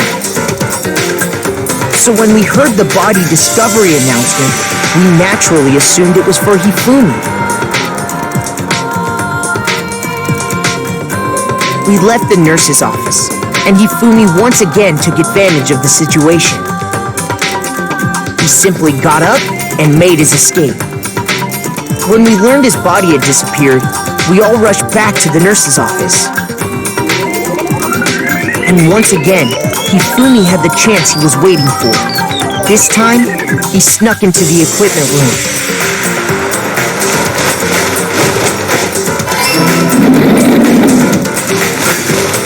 He wrapped Taka's body in a tarp and use the dolly to move it all the way down to the repository. That explains how each of the bodies disappeared.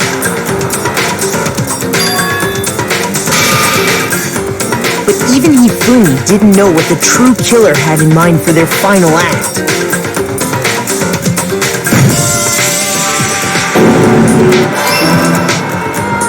Their plan all along was to kill Hifumi and get rid of the one person who could betray them.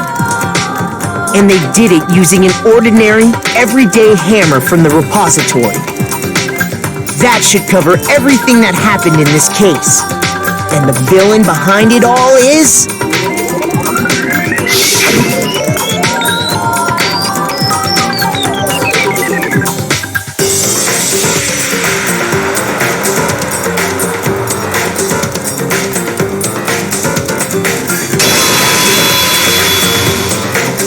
Celeste. Sorry, you lose.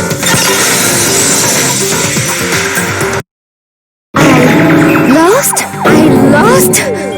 When was the last time I was forced to utter such words? They hang heavy around my neck. Then you admit it? You're the killer? Listen to you, trying to take charge, as if you're my private instructor. I, Celestia Ludenberg.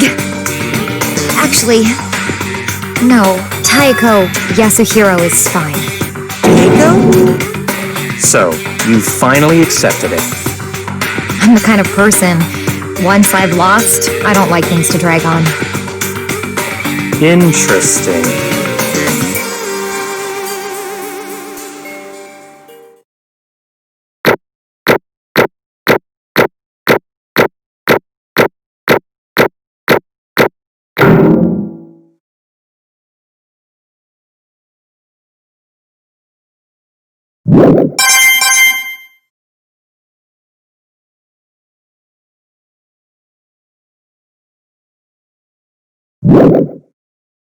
Okay, Monokuma. I'm ready to begin. Or, no, I suppose this is the end, isn't it? It is indeed the moment we've all been waiting for. Time to vote, okay? Okay. If you would, please locate your lever and cast your vote. And when the votes are tallied, who will become the blackened? Will you make the right choice or the dreadfully wrong one? What's it gonna be? What's it gonna be?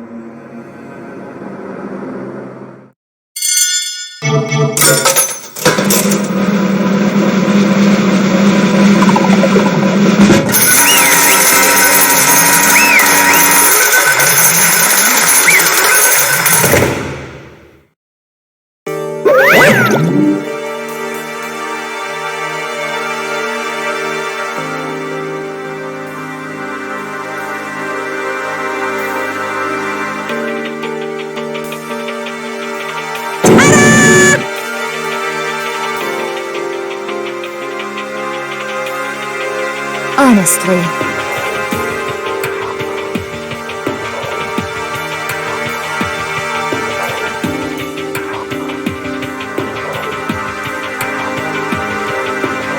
I knew it.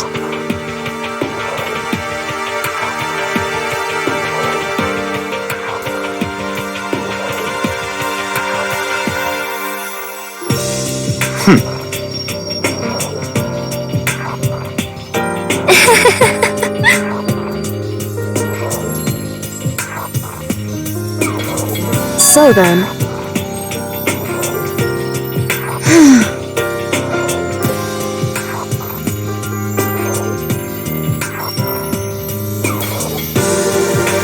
Indeed.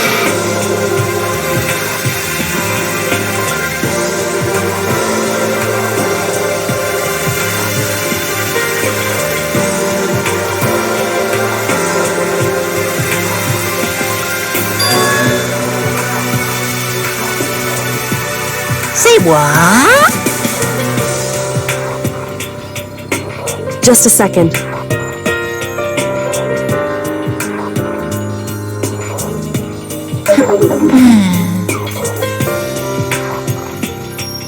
In other words,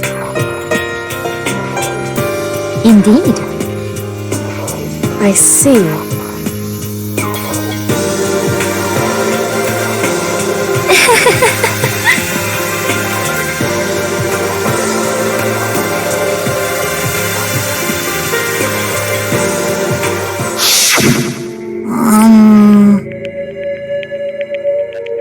Actually,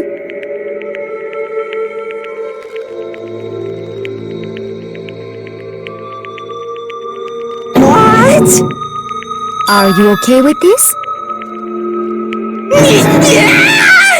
So then,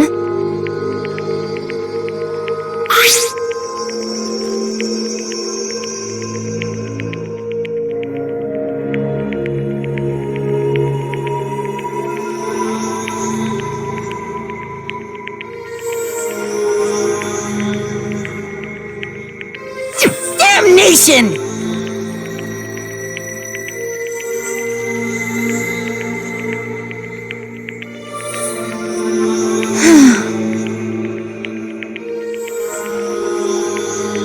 Say what? as for me,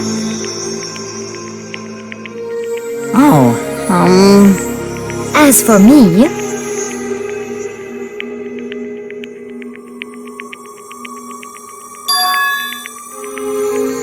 What?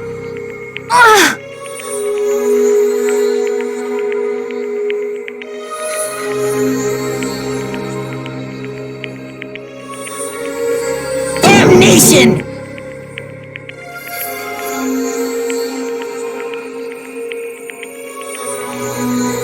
Say what?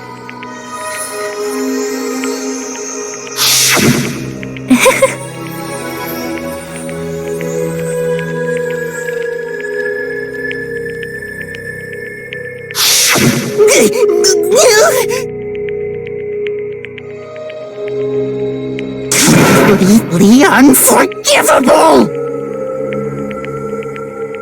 most unfortunate.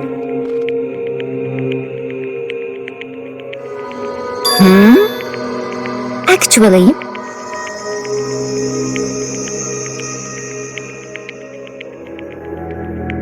What?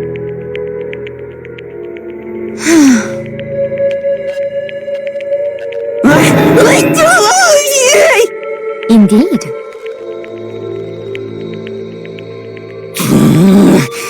This is unforgivable! Completely unforgivable!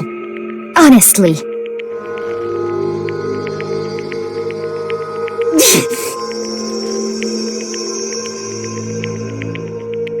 I swear I will save her! actually,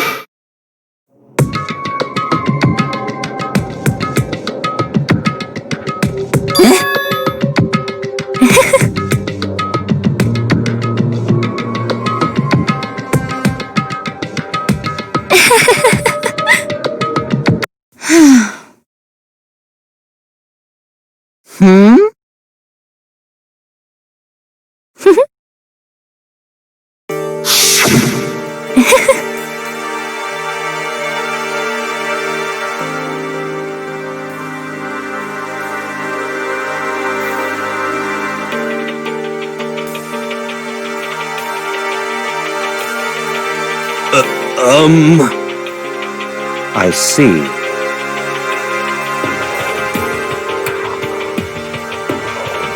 indeed.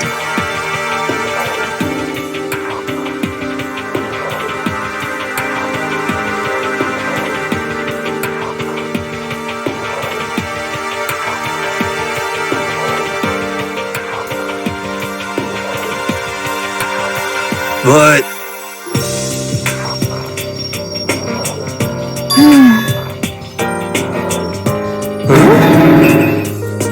Let's see.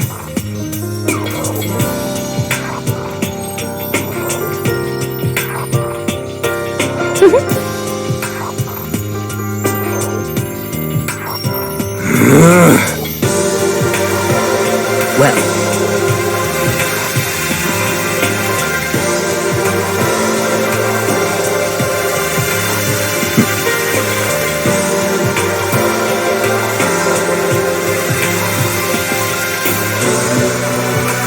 Are you okay with this?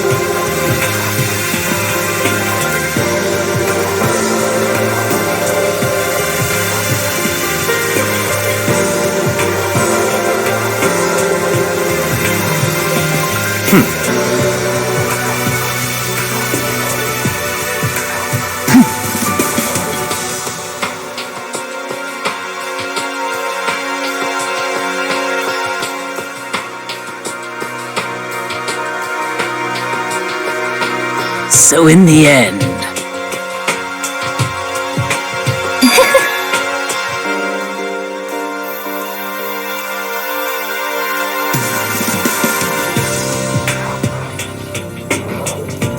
What the heck? Well,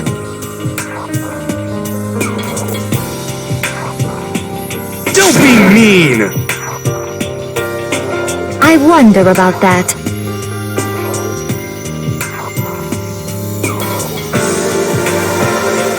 Why? What the heck?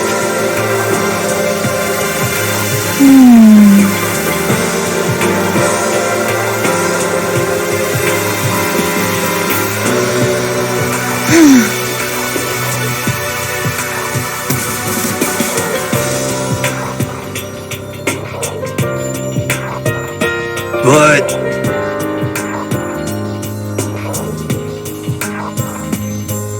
You little bitch! Hey!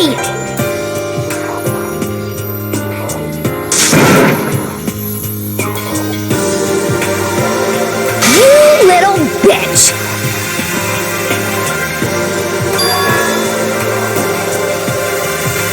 This is fine.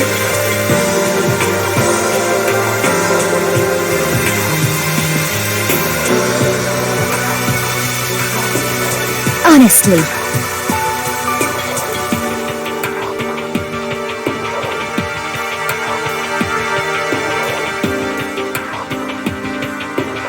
As for me,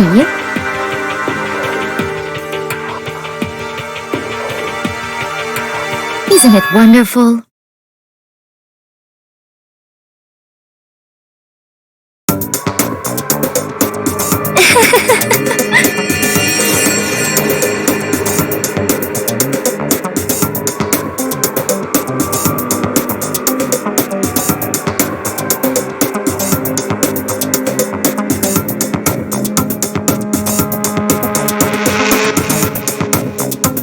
This is fine.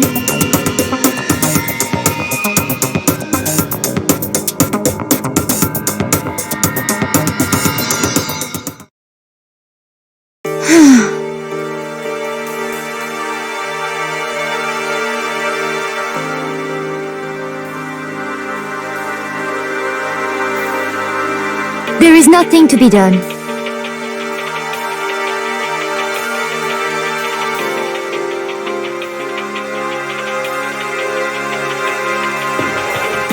Just the worst.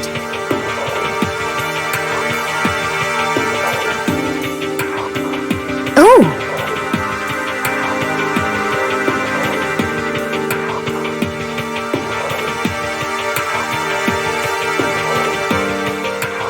Do you understand?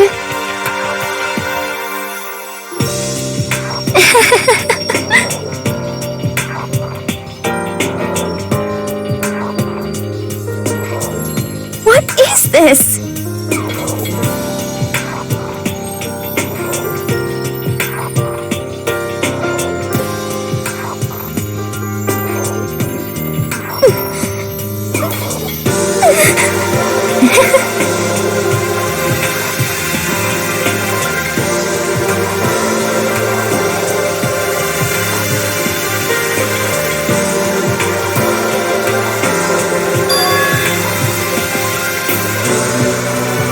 Yes, indeed.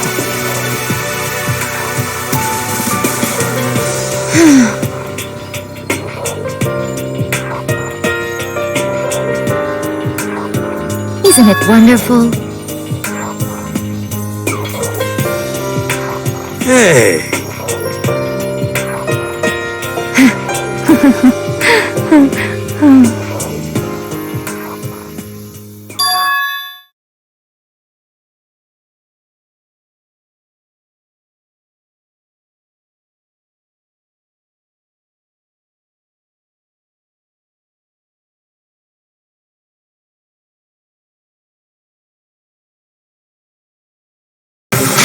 Chills! Kills!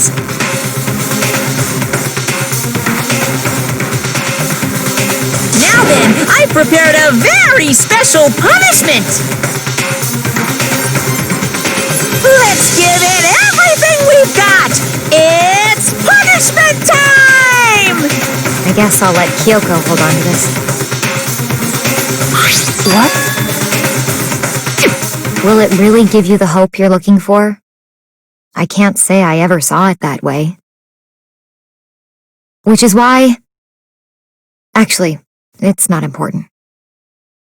Well then, take care, everyone. Perhaps we'll meet again, in another life.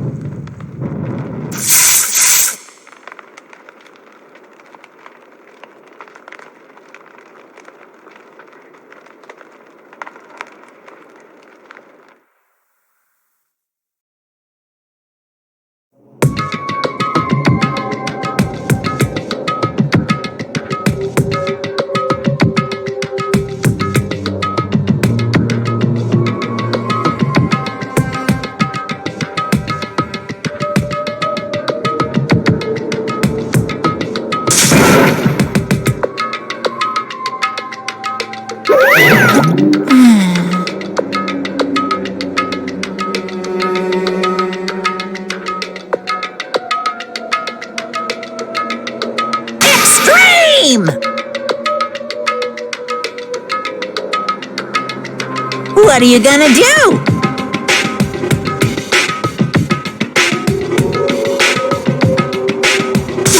Let me out of here!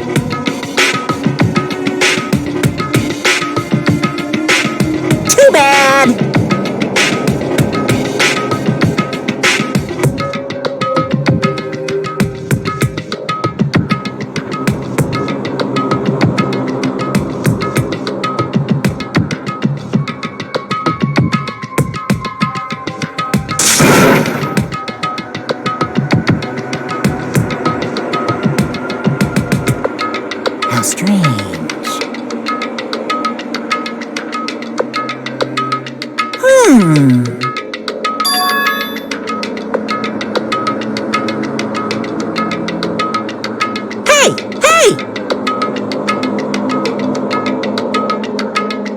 Wah-wah? So then... You... Ooh! Hey, Ooh! How exciting!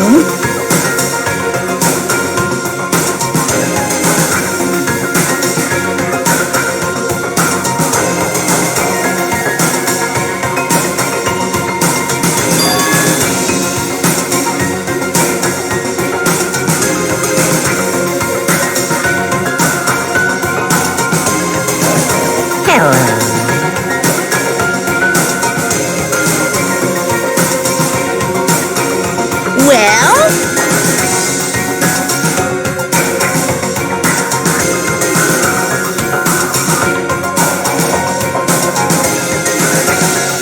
See ya later!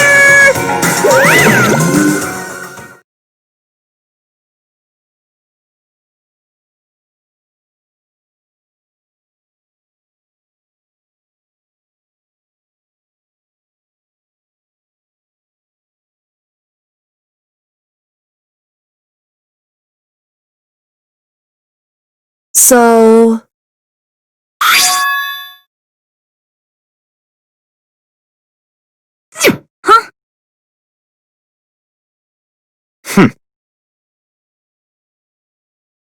Hey,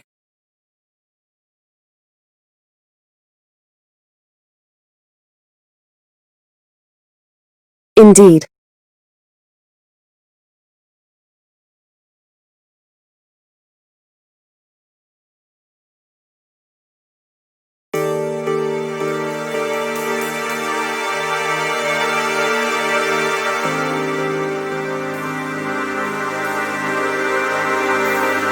Hey,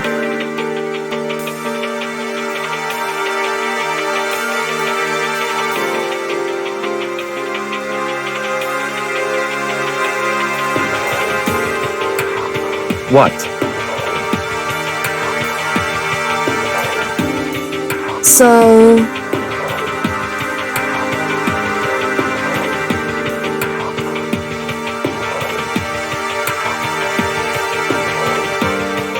Come on.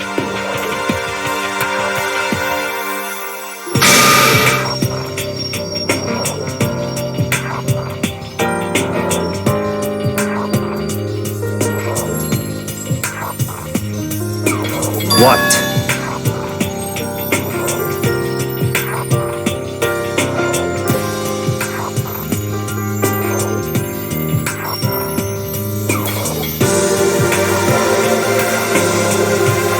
Goodbye.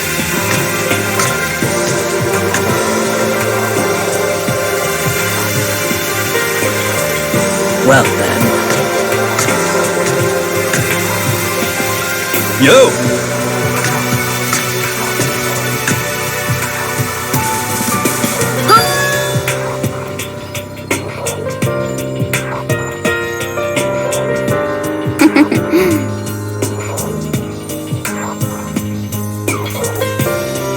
Okay.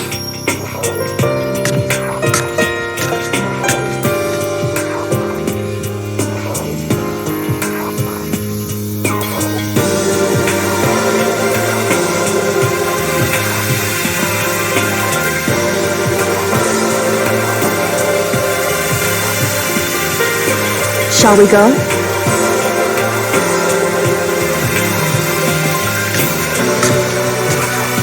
So then...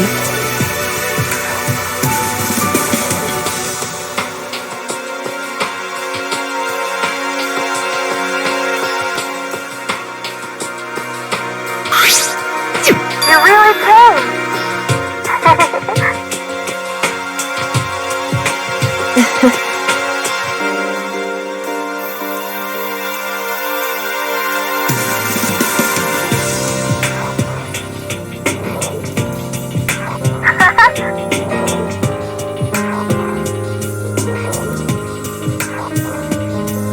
So,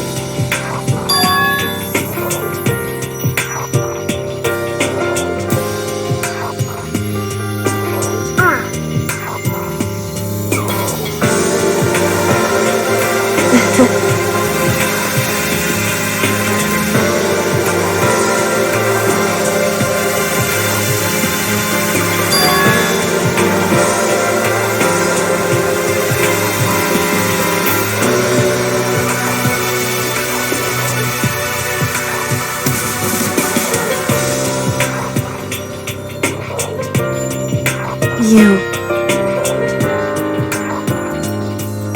However...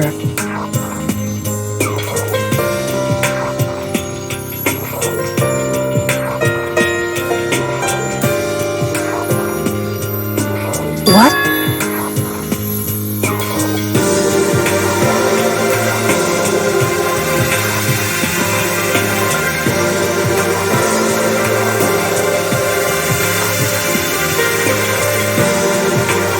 Indeed.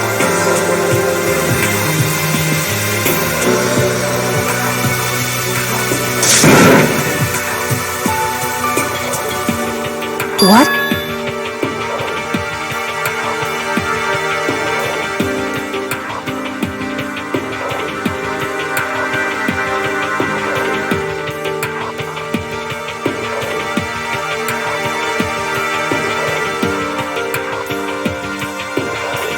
It's true.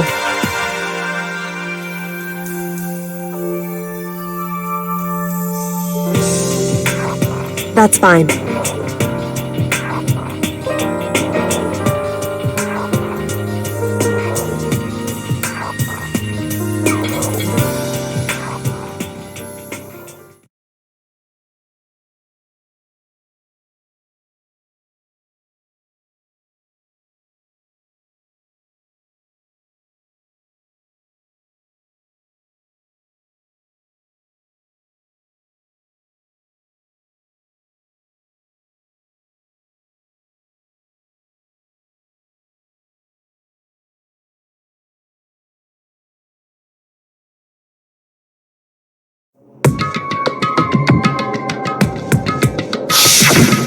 Correct.